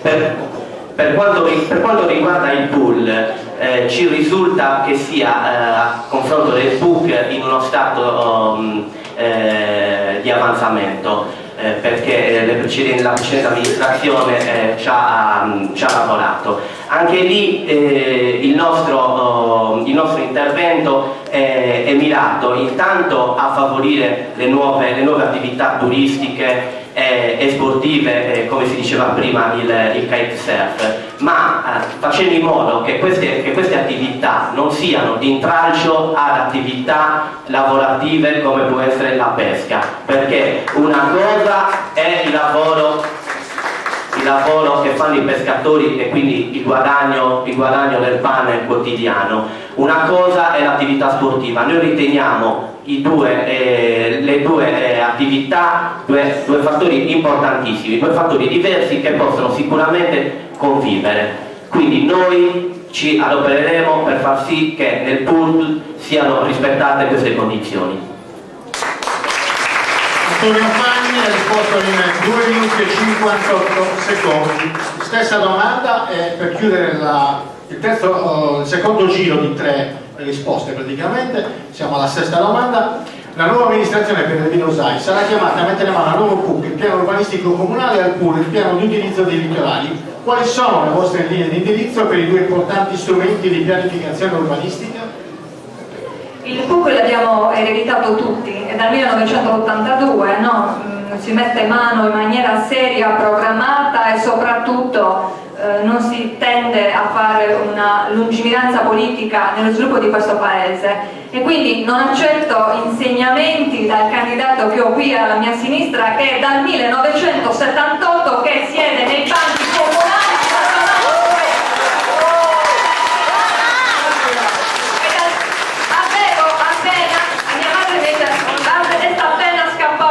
Pei, 2 anni avevo quando lui ha iniziato la sua carriera politica a beneficio dei cittadini di San Giovanni Suergiu.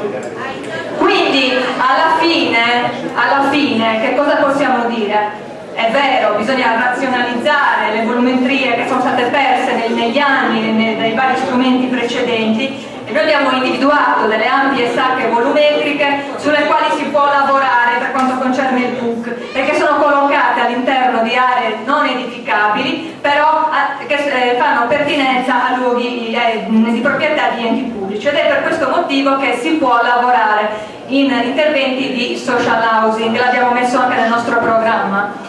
Favoriremo la riconversione delle vecchie strutture a uso agricolo affinché possano, attraverso le varie strumentazioni del piano paesaggistico sardo, essere utilizzate a fini turistici. Questo sicuramente può essere fatto. Tutto quello che è in linea con il PPR potrà essere riconvertito, sempre se arriva e ha un'origine di tipo agricolo, in strutture a fini turistici e ricettivi. Questa cosa in questo momento nel nostro comune non era stata ancora fatta, quindi sicuramente ci sarà da lavorare, ci sarà da mettere mano, e non si può certamente subito puntare il dito contro persone che sono state qui in amministrazione 2 anni, soprattutto se lavoravano 12 ore al giorno a beneficio dei cittadini. Scusi signor Meloni se non mi sono accorta delle fognature, e scusi signor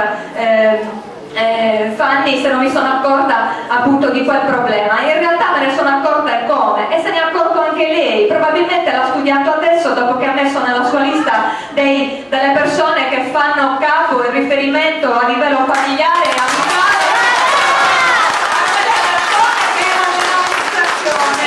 Probabilmente l'ha progetto adesso, ha tentato di fare un'opposizione giusta come le era dovuto da segretario del PD a quell'epoca, però adesso evidentemente l'hanno istruita maggiormente, visto che appunto è chiaro a tutti la composizione della lista, e non ho certo spendo altro tempo nel dire altro. Quindi il pool, come hanno detto loro stessi, è questione importantissima, si tutela certamente l'attività della pesca, nessuno ha mai detto il contrario, però improvvisamente tutti quanti si sono accorti che a San Giovanni su Ergio ci sono dei ragazzi che fanno kitesurf. Nel 2011, quando siamo entrati noi, era all'inizio lì che si scopriva questo tipo di sport, perché io sono onesta intellettualmente, lo dico, l'ho scoperto nel 2011, era uno sport che non conoscevo. Improvvisamente tutti quanti si sono interessati allo sviluppo del kitesurf, e ben venga il kitesurf, ben vengano le scuole dei ragazzi di San Giovanni su Ergiu, il turismo sostenibile e attivo e soprattutto tutte le attività connesse in sinergia con esso. Grazie.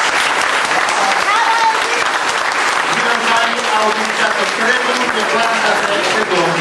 Abbiamo terminato anche le risposte alla sesta domanda, siamo alla settima e comincia quindi a rispondere entro il primo il candidato alla lista numero 1, Antonio Fanni. Come affronterà la sua giunta i problemi presenti nella pianta organica attualmente inadeguata alle esigenze del comune per la fuoriuscita di diverse figure collocate in pensione e non sostituite per l'impossibilità di effettuare il turnover? Antonio Fanni. Intanto per il raggiungimento degli obiettivi politico-amministrativi il ruolo dei dipendenti comunali è essenziale, è importantissimo. È vero che, come dice lei, mancano alcune figure importanti nel nostro comune. Noi ci adopereremo subito con i collaboratori e con il segretario e i dirigenti per ragionare su dove intervenire il prima possibile. È nostro dovere sostituire subito il capo ufficio tecnico che è a tempo e termina il servizio domenica insieme al commissario, e ci prendiamo la facoltà di poter scegliere un capo ufficio tecnico anche con convenzioni esterne.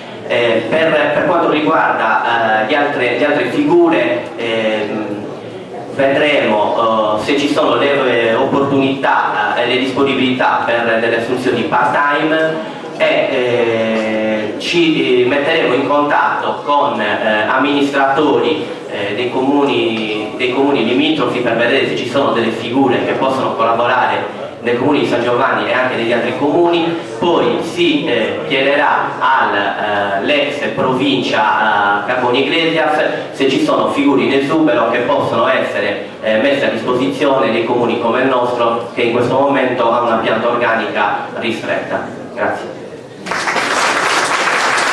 Grazie Antonio Fanni, che rispondo rapidamente in 1 minuto e 50.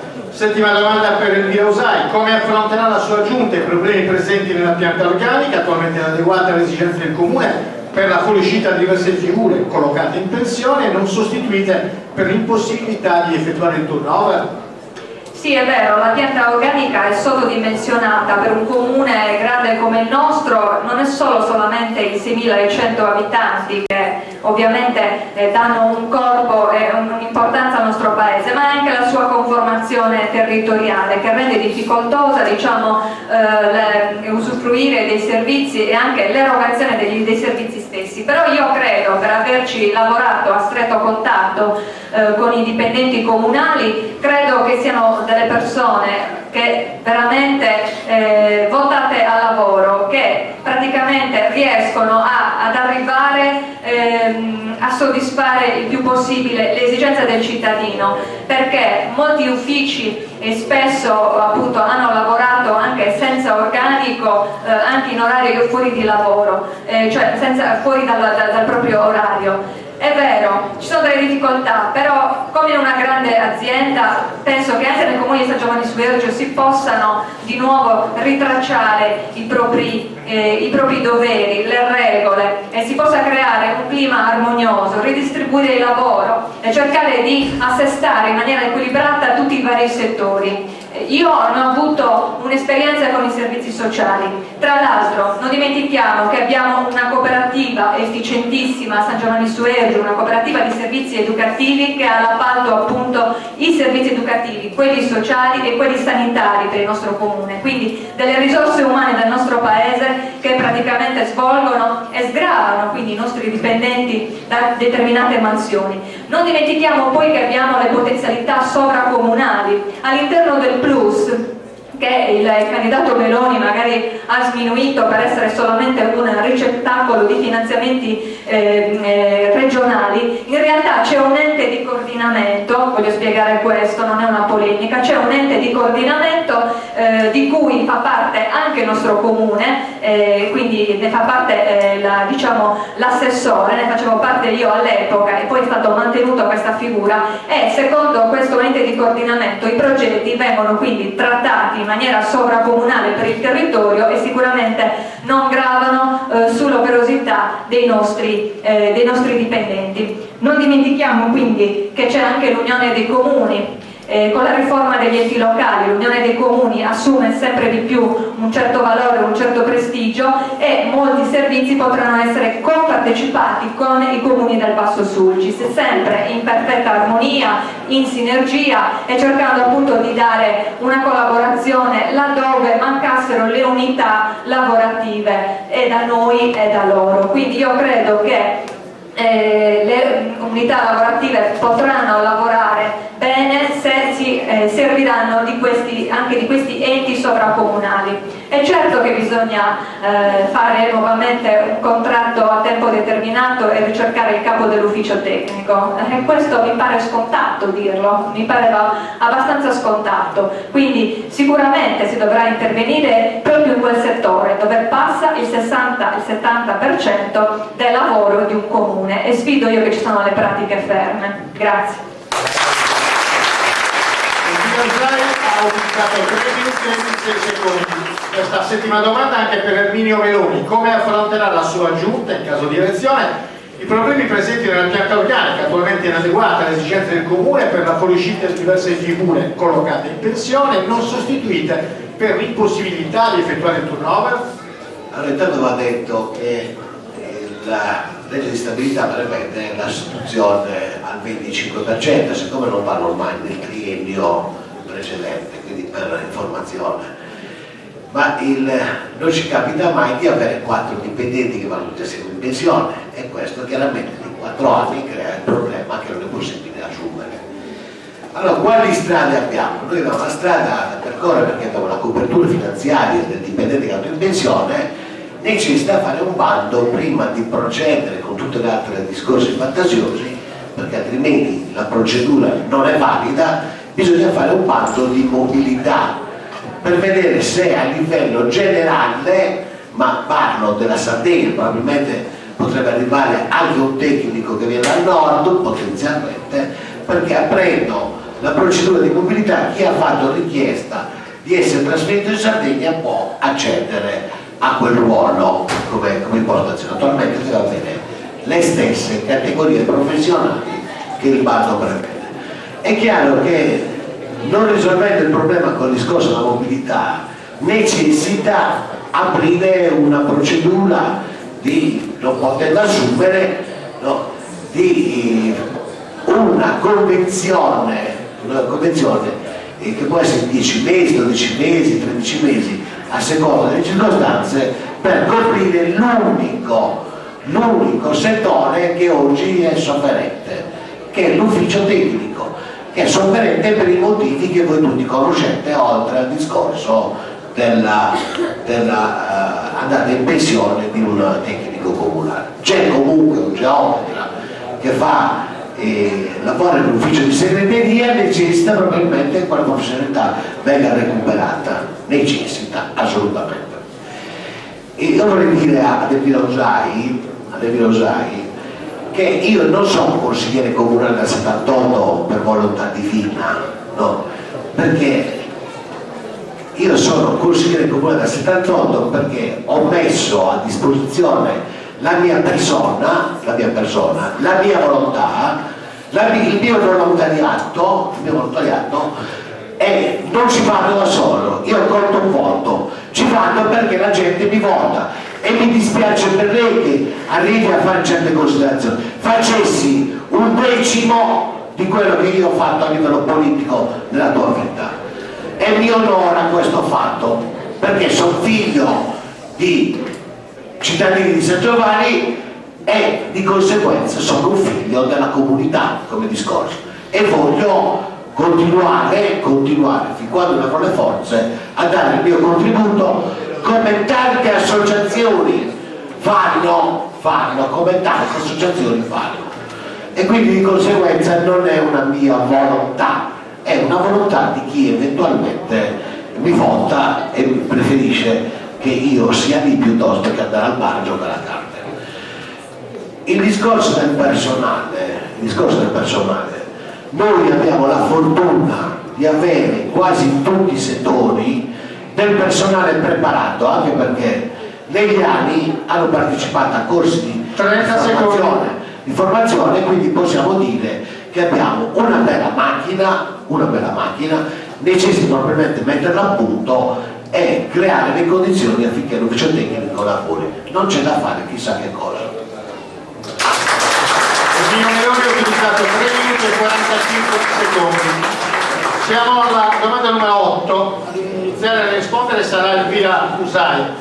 Scuola. Il Comune di San Giovanni Suerge attualmente garantisce il servizio di scuolabus gratuito generalizzato. Confermerete questa scelta o eventualmente passerete ad un sistema di contribuzione legato al reddito familiare per destinare magari quelle risorse ad altri settori? Il Comune di San Giovanni Suergio è attualmente l'unico comune, mi risulta nel territorio, nel Sulcis Iglesiente, che ancora garantisce il trasporto pubblico scolastico e quindi credo che si debba andare fieri di questa situazione, si debba andare fieri soprattutto perché da noi un trasporto pubblico scolastico è ovviamente un costo enorme per via della conformazione territoriale, per via della disposizione dei Medaus, per via appunto di tutte quelle strade che ogni giorno lo scuolabus deve fare per andare a recuperare tutti i bambini che devono andare a scuola. Quindi noi riteniamo che si debba garantire assolutamente il diritto allo studio di tutti questi bambini provenienti dalle parti più disparate del nostro comune, dalle parti più lontane, e quindi tuteleremo assolutamente con le unghie e con i denti un trasporto scolastico pubblico e soprattutto gratuito. Come lo faremo? Veramente con le unghie e con i denti, andando a cercare finanziamenti, cercando delle soluzioni ad hoc, ovviamente cercando di tagliare gli sprechi laddove appunto andremo a trovarli, perché dovremo vedere ovviamente il bilancio comunale. Per cui garantiamo questa cosa, perché il diritto allo studio va tutelato e soprattutto vanno tutelate le nuove generazioni. Non possiamo concepire un bambino che già si trova a una certa distanza dal centro e debba pure pagarsi appunto il trasporto per raggiungere la scuola elementare o la scuola media. Quindi sinceramente non mi sento proprio di dire che anche nell'eventualità che le cose si mettessero male, così come in passato sono riuscita a trovare in extremis una soluzione per situazioni di questo tipo e anche più disperate, di prometto che anche stavolta con grande umiltà cercheremo, la mia squadra ed io, proprio di garantire il trasporto gratuito per tutti i bambini che vanno a scuola. Nessuno mette in dubbio, candidato Meloni, che lei appunto venga votato, ci mancherebbe altro, la democrazia dice quello. Diciamo però che i risultati, da che è stato eletto la prima volta dal 78 ad oggi, le frazioni di certo non brillano per i risultati che lei ha portato. Ha impiegato 2 minuti 34 secondi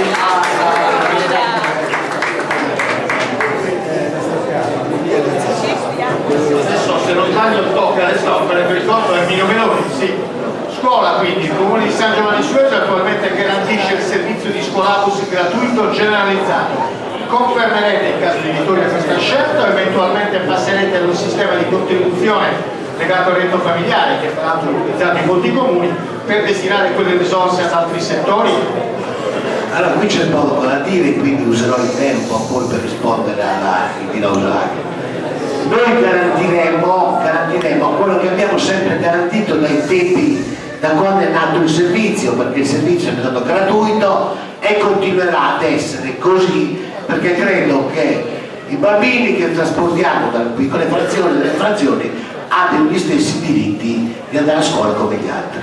Quindi di conseguenza presumo che sia assolutamente indispensabile che tutte le 3 liste prendano questo impegno e noi lo prendiamo senza difficoltà alcuna. Quindi non c'è da fare promosopompea.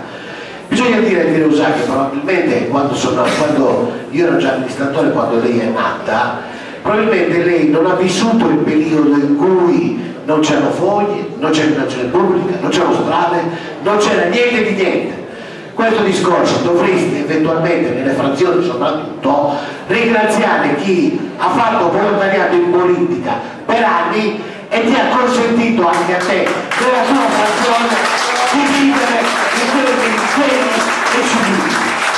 Questo dovresti ringraziare, perché altrimenti tu fai come quelli che dicono la libera lista è di tutti laureati.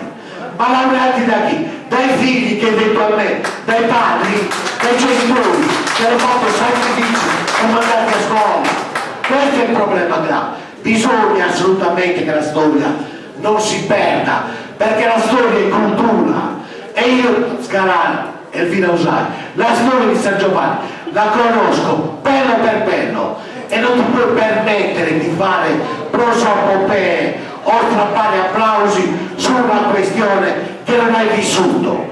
La politica a suo tempo era politica, non era come oggi arrampicarsi negli specchi per fare carriera, non si vedeva allora per lavorare. La politica dei curriculum vitae, oggi si mette anche nei curriculum vitae e tu sei una di quelle che vede l'attività politica la mette nel suo curriculum vitae per far sì che un imprenditore ti possa guardare in termini diversi. Io sono un lavoratore, ho iniziato a picche e balla, a picche e balla, scavando per le strade. Sono diventato un giuntista telefonico, qualcuno diceva che collegavo cavi telefonici, tubi d'acqua, no, ero un giuntista telefonico, sono diventato quello che sono diventato, sono andato in pensione e a questo punto io posso dire di essere orgoglioso della mia vita privata ed orgoglioso della mia vita pubblica e non ti permetto di fare insinuazioni di nessuna natura, perché io sono in grado di leggerti la vita politica si intende.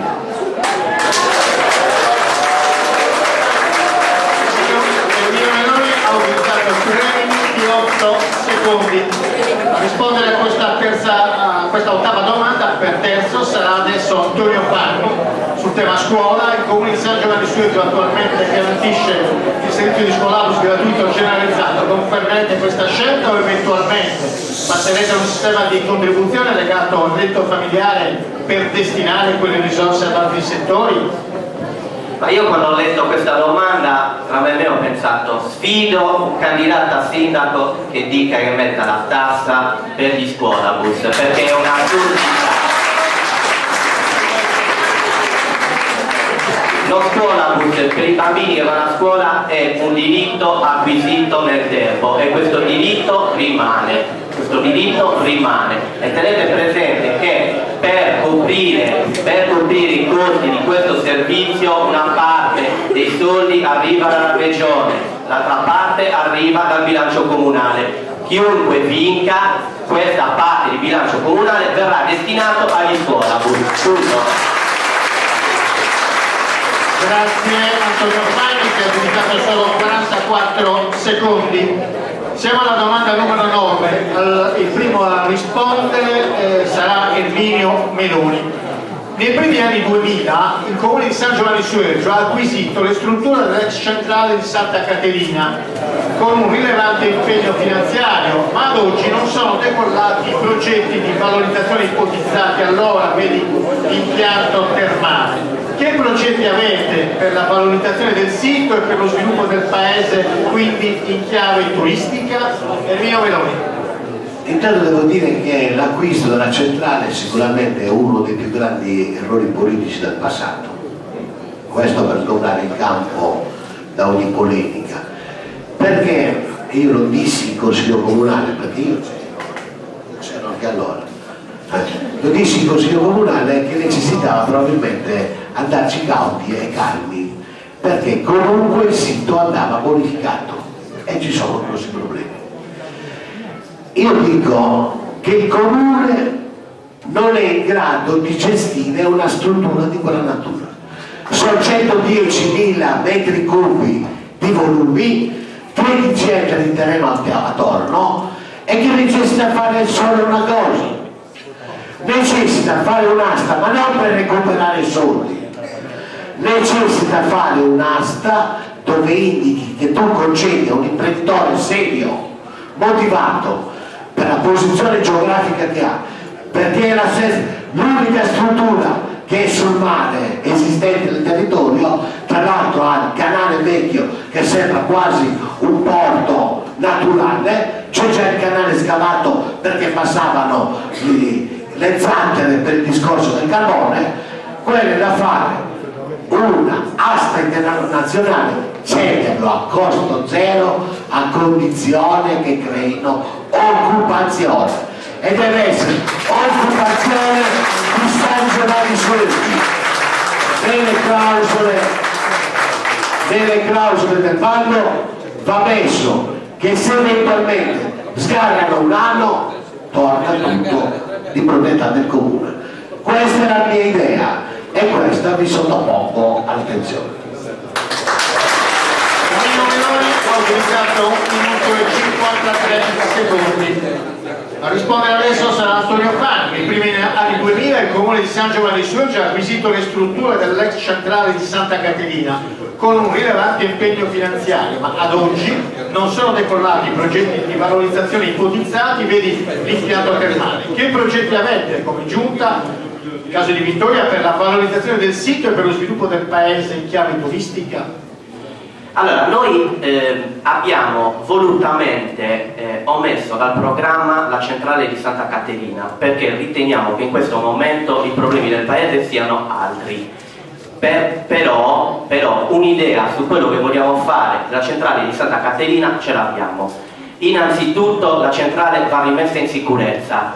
Tenete presente che adiacente alla centrale di Santa Caterina ci sono delle abitazioni che non hanno telefono perché puntualmente gli rubano il rame, cioè lo mettono, la settimana dopo glielo rubano e ogni settimana la centrale di Santa Caterina vittima di vandalismo, non ultimo l'incendio di qualche mese fa che ha bruciato parecchia documentazione. Quindi intanto metterla in sicurezza, dare servizi alle abitazioni che sono in quella zona, recuperare la documentazione e metterla a disposizione all'archivio comunale e quindi, dicevo, l'idea che abbiamo è quella di recuperare, rispolverare diciamo, il progetto originario che c'era per la centrale di Santa Caterina quando è stato acquistato, che era quello di una centrale che ponesse sia l'aspetto turistico, alberghiero e ricettivo, sia un servizio di cura di talassemia e una scuola di vela. Ci rendiamo conto che era un progetto che ha avuto difficoltà, che era molto difficile dalla realizzazione, però anche per quanto riguarda la nostra lista, la centrale di Santa Caterina è un monumento che deve essere dato anche a costo zero per creare occupazione. Da quando abbiamo acquisito quella centrale ci sono state solo cose negative per quanto riguarda la centrale. Grazie. Antonio Fagni ha impiegato 2 minuti a rispondere a questa domanda, alla quale adesso risponde Elvira Usaina, ripeto. Nei primi anni 2000 il comune di San Giovanni Suergio ha acquisito le strutture della centrale di Santa Caterina con un rilevante impegno finanziario, ma ad oggi non sono decollati i progetti di valorizzazione ipotizzati. Vedi l'impianto termale. Che progetti avete per la valorizzazione del sito e per lo sviluppo del paese in chiave turistica? Elvira Usaina. Anche noi non l'abbiamo messa in programma proprio per questo, perché necessita di una grande riflessione, non è qualcosa da prendere alla leggera. Abbiamo suddiviso il nostro impegno e la nostra idea in 2 fasi. La prima fase è la fase delle bonifiche e della messa in sicurezza, che può essere fatta assolutamente con il comune protagonista, ma attraverso finanziamenti europei. Questa è sicuramente la prima fase. Nella seconda fase, ovviamente, trovare finanziatori seri che possano veramente rilanciare dal punto di vista turistico e turistico ricettivo quel grande colosso che è appunto la centrale di Santa Caterina. Non solo valenza turistica, ma anche valenza di un turismo un po' più sostenibile, e anche sfruttando quello che c'è attorno. C'è un sito di interesse comunitario, c'è una laguna, c'è una flora e una fauna che praticamente attirano studiosi, ricercatori e appassionati da tutta Europa per fare appunto l'osservazione delle specie acquatiche piuttosto che della flora e dei fiori, per cui è necessario sicuramente magari puntare, ecco, anche su questo aspetto. Quindi è una situazione, è un problema che va affrontato pezzo per pezzo e con le dovute riflessioni e i dovuti studi di fattibilità. Non voglio fare ulteriori polemiche perché appunto siamo venuti qui per ascoltare i programmi, però mi piace comunque rispondere a Meloni dicendo che un po' come quella storia che raccontava mio nonno, Ciantiverde lo scuponis e un ancora cichendi stappuso. Hai impiegato 1 minuto e 37 secondi a rispondere. Siamo in dirittura d'arrivo, mancano 2 domande e quindi 6 risposte. A rispondere per prima alla 10ª domanda sarà Antonio Fanni. Sono finiti 3 giri praticamente, quindi siamo alla 10ª domanda e inizia Antonio Fanni. Associazionismo e cultura, 2 settori in cui San Giovanni Suergio registra grande vivacità e altrettanto grandi potenzialità. Come li sosterrete?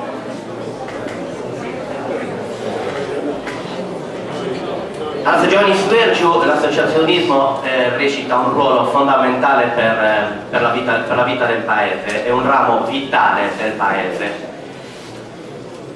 Abbiamo parecchie associazioni in paese e alcune, come si parlava nel punto 2, quando si parlava di ramo sociale, danno una forte mano a reggere questo ramo dell'amministrazione. Abbiamo la prova inconfutabile di alcune associazioni, come per esempio l'Auser che ci ospita, che fa un lavoro importantissimo per quanto riguarda la comunità, che non è intesa solo come anziani, perché l'Auser ricopre delle attività che toccano non solo gli anziani. Abbiamo qua a fianco la Misericordia che da circa 20 anni recita un ruolo importantissimo nel nostro territorio, che non è solo un ruolo di 118, ma è un ruolo di rendersi a disposizione di chi ha bisogno di essere portato a fare delle visite, di essere portato a fare delle missioni e compagnia bella. Noi siccome oltre che alle associazioni che curano il sociale abbiamo un vastissimo campo di associazioni che vanno dal culturale allo sportivo, noi vogliamo, per far sì che queste associazioni collaborino, istituire una consulta di associazioni, in modo che queste associazioni ragionino insieme, opinino insieme e si costruisca un programma di manifestazioni e di attività culturali che siano a disposizione del Paese. Grazie. 2 minuti tempo utilizzato per questa risposta da Antonio Fanni. Risponde adesso Elvira Usai. Associazionismo e cultura, 2 settori in cui San Giovanni Suergio registra grande vivacità e altrettanto grandi potenzialità. Come li sostenete? Anch'io ho lavorato molto bene con le associazioni del paese quando ho avuto quella breve esperienza come assessore ai servizi sociali, quindi si riconosce sicuramente in questa comunità un grande fermento associativo e dobbiamo assolutamente tutelarlo, preservarlo e valorizzarlo. Ovviamente non disassociazione, quindi non cercare di favorire le une piuttosto che le altre, oppure cercare di fare disparità in tal senso. No, a noi piacerebbe che ci fosse veramente un collegamento tra tutte in virtù e in visione di manifestazioni, sagre e tutela di quelli che sono i nostri patrimoni archeologici, che siano il privilegio, il fiore all'occhiello del lavoro di tutte quante, per cercare di unire, di salvaguardare il lavoro specifico di ogni associazione, che ovviamente qualcuno lavora più sul sociale, qualcuno più sull'aspetto gastronomico, qualcuno più sull'aspetto culturale. Ecco, per unire tutte queste grandi differenze e diversità che sono il nostro arricchimento alla fine, ecco, direi che la costola dell'amministrazione, quindi la Proloco, può avere assolutamente un ruolo fondamentale. Quindi basta con diciamo le differenze, basta con i diverbi di quartiere, dobbiamo dimostrare non solo di essere un paese compatto, senza differenze tra centro e frazioni, ma dobbiamo dimostrare anche di essere compatti a livello di associazionismo, con una grande regia appunto da parte dell'amministrazione e da parte della Proloco, ma soprattutto valorizzare ogni specificità delle associazioni che si presentano puntualmente a proporre i loro straordinari programmi.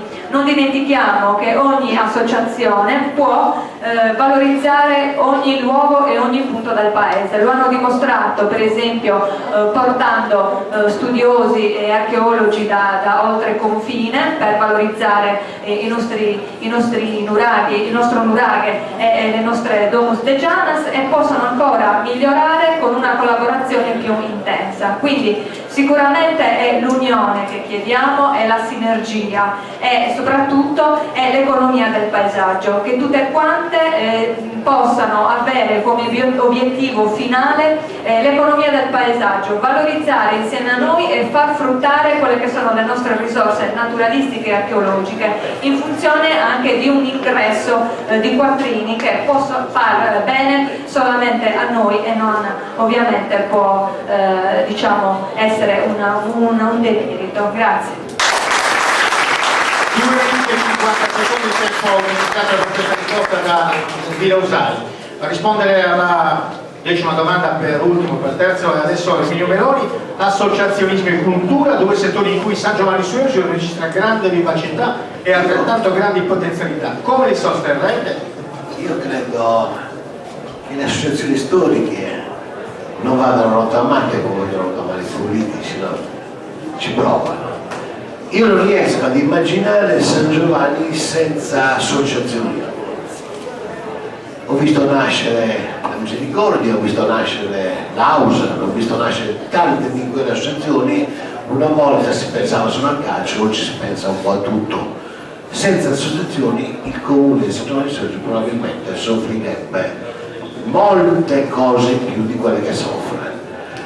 Io direi che questa grande cultura che si è creata, la cultura dell'associazionismo, deve essere un valore aggiunto per la comunità e l'amministrazione deve essere in grado, perché all'interno di quelle sono nati dei leader naturali, sono delle bravi associazioni, quindi devono essere un punto di riferimento continuo per l'amministrazione che andrà a governare, perché lì vi sono esperienza, vi sono realtà che programmano, realtà che eventualmente gestiscono e con risultati che credo siano sotto gli occhi di tutti.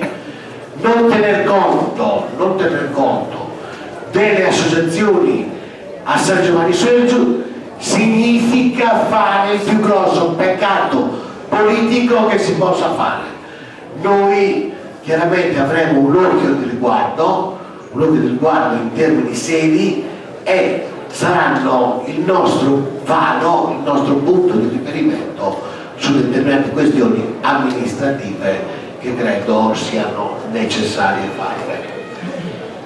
Io ringrazierei queste associazioni e quante ancora oggi ne stanno nascendo, perché siamo partiti con poche associazioni, oggi sono decine, no? In qualche modo. E tra queste associazioni ringrazio un'altra volta quelle che ci aiutano a far sì che le sofferenze di un momento economico come questo stiano alleviando in qualche modo i problemi delle famiglie. Grazie. 2 minuti e 22 utilizzati, 2 associazioni tra l'altro hanno organizzato questo confronto, Palma Svecchio e Serriu de Isfainas. Siamo all'ultima domanda, che poi è l'appello finale agli elettori, diciamo, il messaggio finale agli elettori, che fra poco più di 5 giorni, prima ovviamente ho detto meno di 73 ore, era meno di 133 ore, adesso siamo a 131 ore al voto, tra poco più di 5 giorni e mezzo, quindi verranno aperti i seggi e i cittadini di San Giovanni Suergiu saranno chiamati a fare la loro scelta. Qual è il vostro appello agli elettori? La prima a rispondere a fare l'appello è Elvira Usai.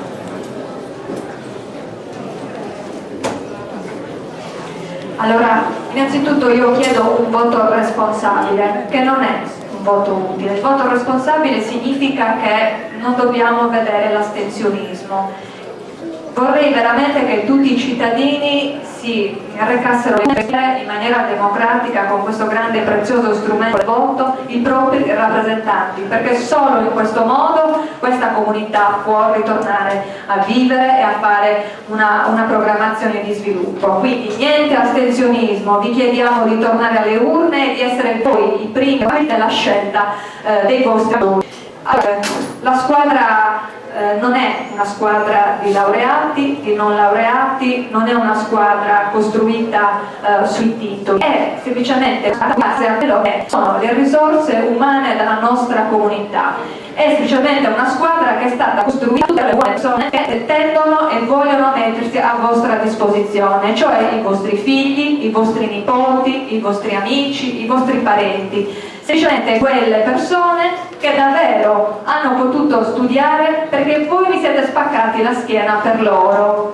Attenzione, io lo dico sempre, non è una novità questa, l'abbiamo sempre detto nei comizi. Se siamo quello che siamo oggi noi, e lo dobbiamo a voi, ai vostri sacrifici, al fatto che abbiamo potuto fare tutte queste esperienze e adesso siamo tornati qui per donare alla nostra comunità il nostro impegno, semplicemente con umiltà e senso di responsabilità. Quindi noi vi chiediamo di votare per noi proprio per questo motivo, perché è una squadra fatta di risorse umane, a prescindere dai titoli, ma soprattutto per le capacità che possono dimostrare, per l'interesse e per la vivacità di idee e di progetti che in questi mesi hanno dato in maniera proprio a fiume durante le nostre riunioni.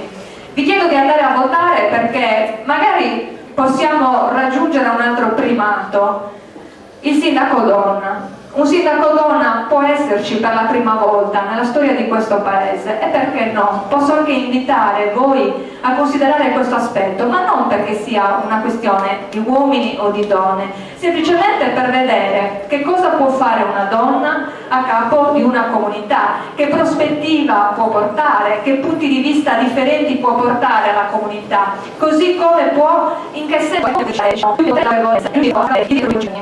questo vi chiedo per il 5 giugno, andate a votare, fatelo con il cuore e con la mente, ma soprattutto fatelo perché ci sono queste persone che veramente si stanno mettendo a disposizione senza pensare ad altro se non al bene della comunità, perché noi alla fine i nostri lavori ce li abbiamo. È inutile che si dicano tante stupidate in tal senso o si facciano riferimenti inutili, basta con le polemiche, cerchiamo di andare al voto e di riportare tutti quanti assieme la comunità di San Giovanni Suergiu al prestigio che aveva e che elettorale, molta gente che ha una certa disaffezione verso il voto e fa un ragionamento molto serio.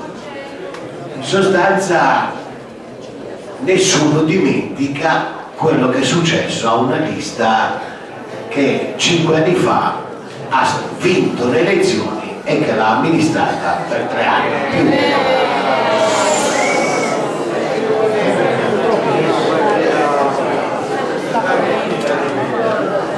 Che l'ha amministrata 3 anni più 1, portando il paese nelle condizioni in cui siamo.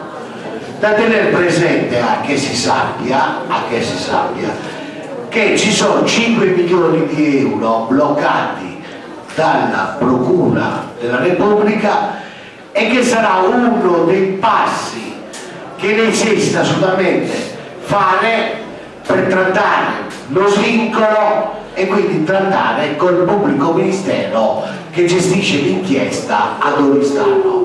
Queste sono le cose che necessita fare immediatamente. Naturalmente non si va a giocare, è un discorso di grossa responsabilità. 5 milioni di euro per la comunità di San Giovanni Suergiu bloccati sono un'immensità di denaro e queste cose, altro che queste cose la popolazione deve sapere, anche perché l'intenzione mia è quella che ho detto pubblicamente nelle piazze, è che io aprirò il comune come la scatola di tonno, sarà trasparente e per la gestione e per la gestione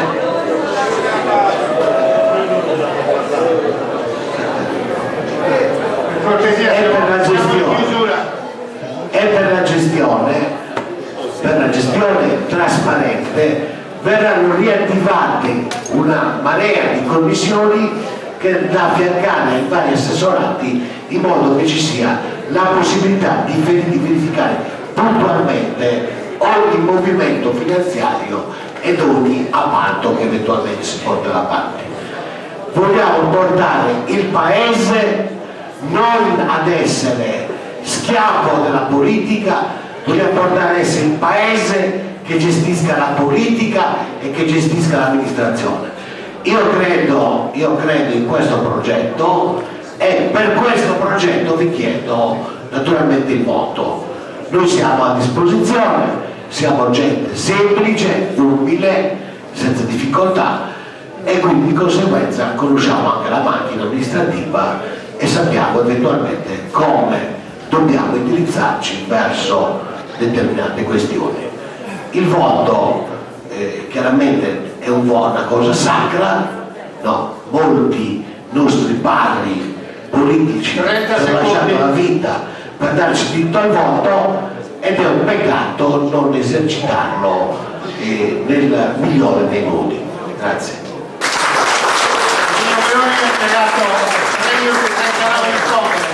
Più che ne ho fatti per una questione di rotazione ha aperto e chiude lui, una scelta appunto di rotazione delle risposte.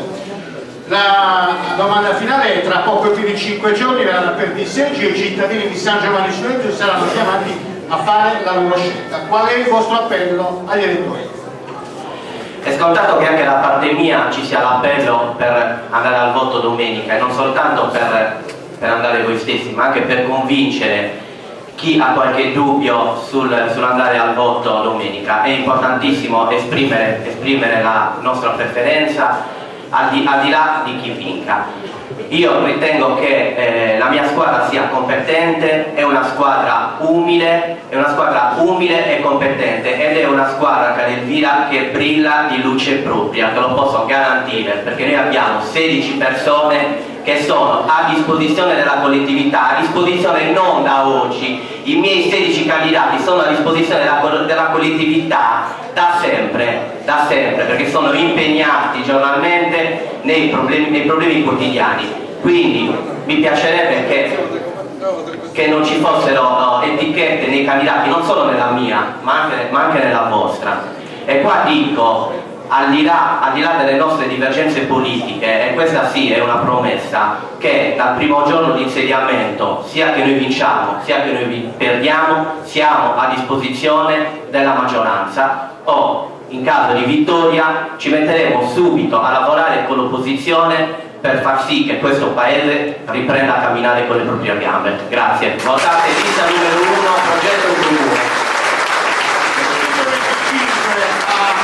Ha utilizzato Antonio Fani.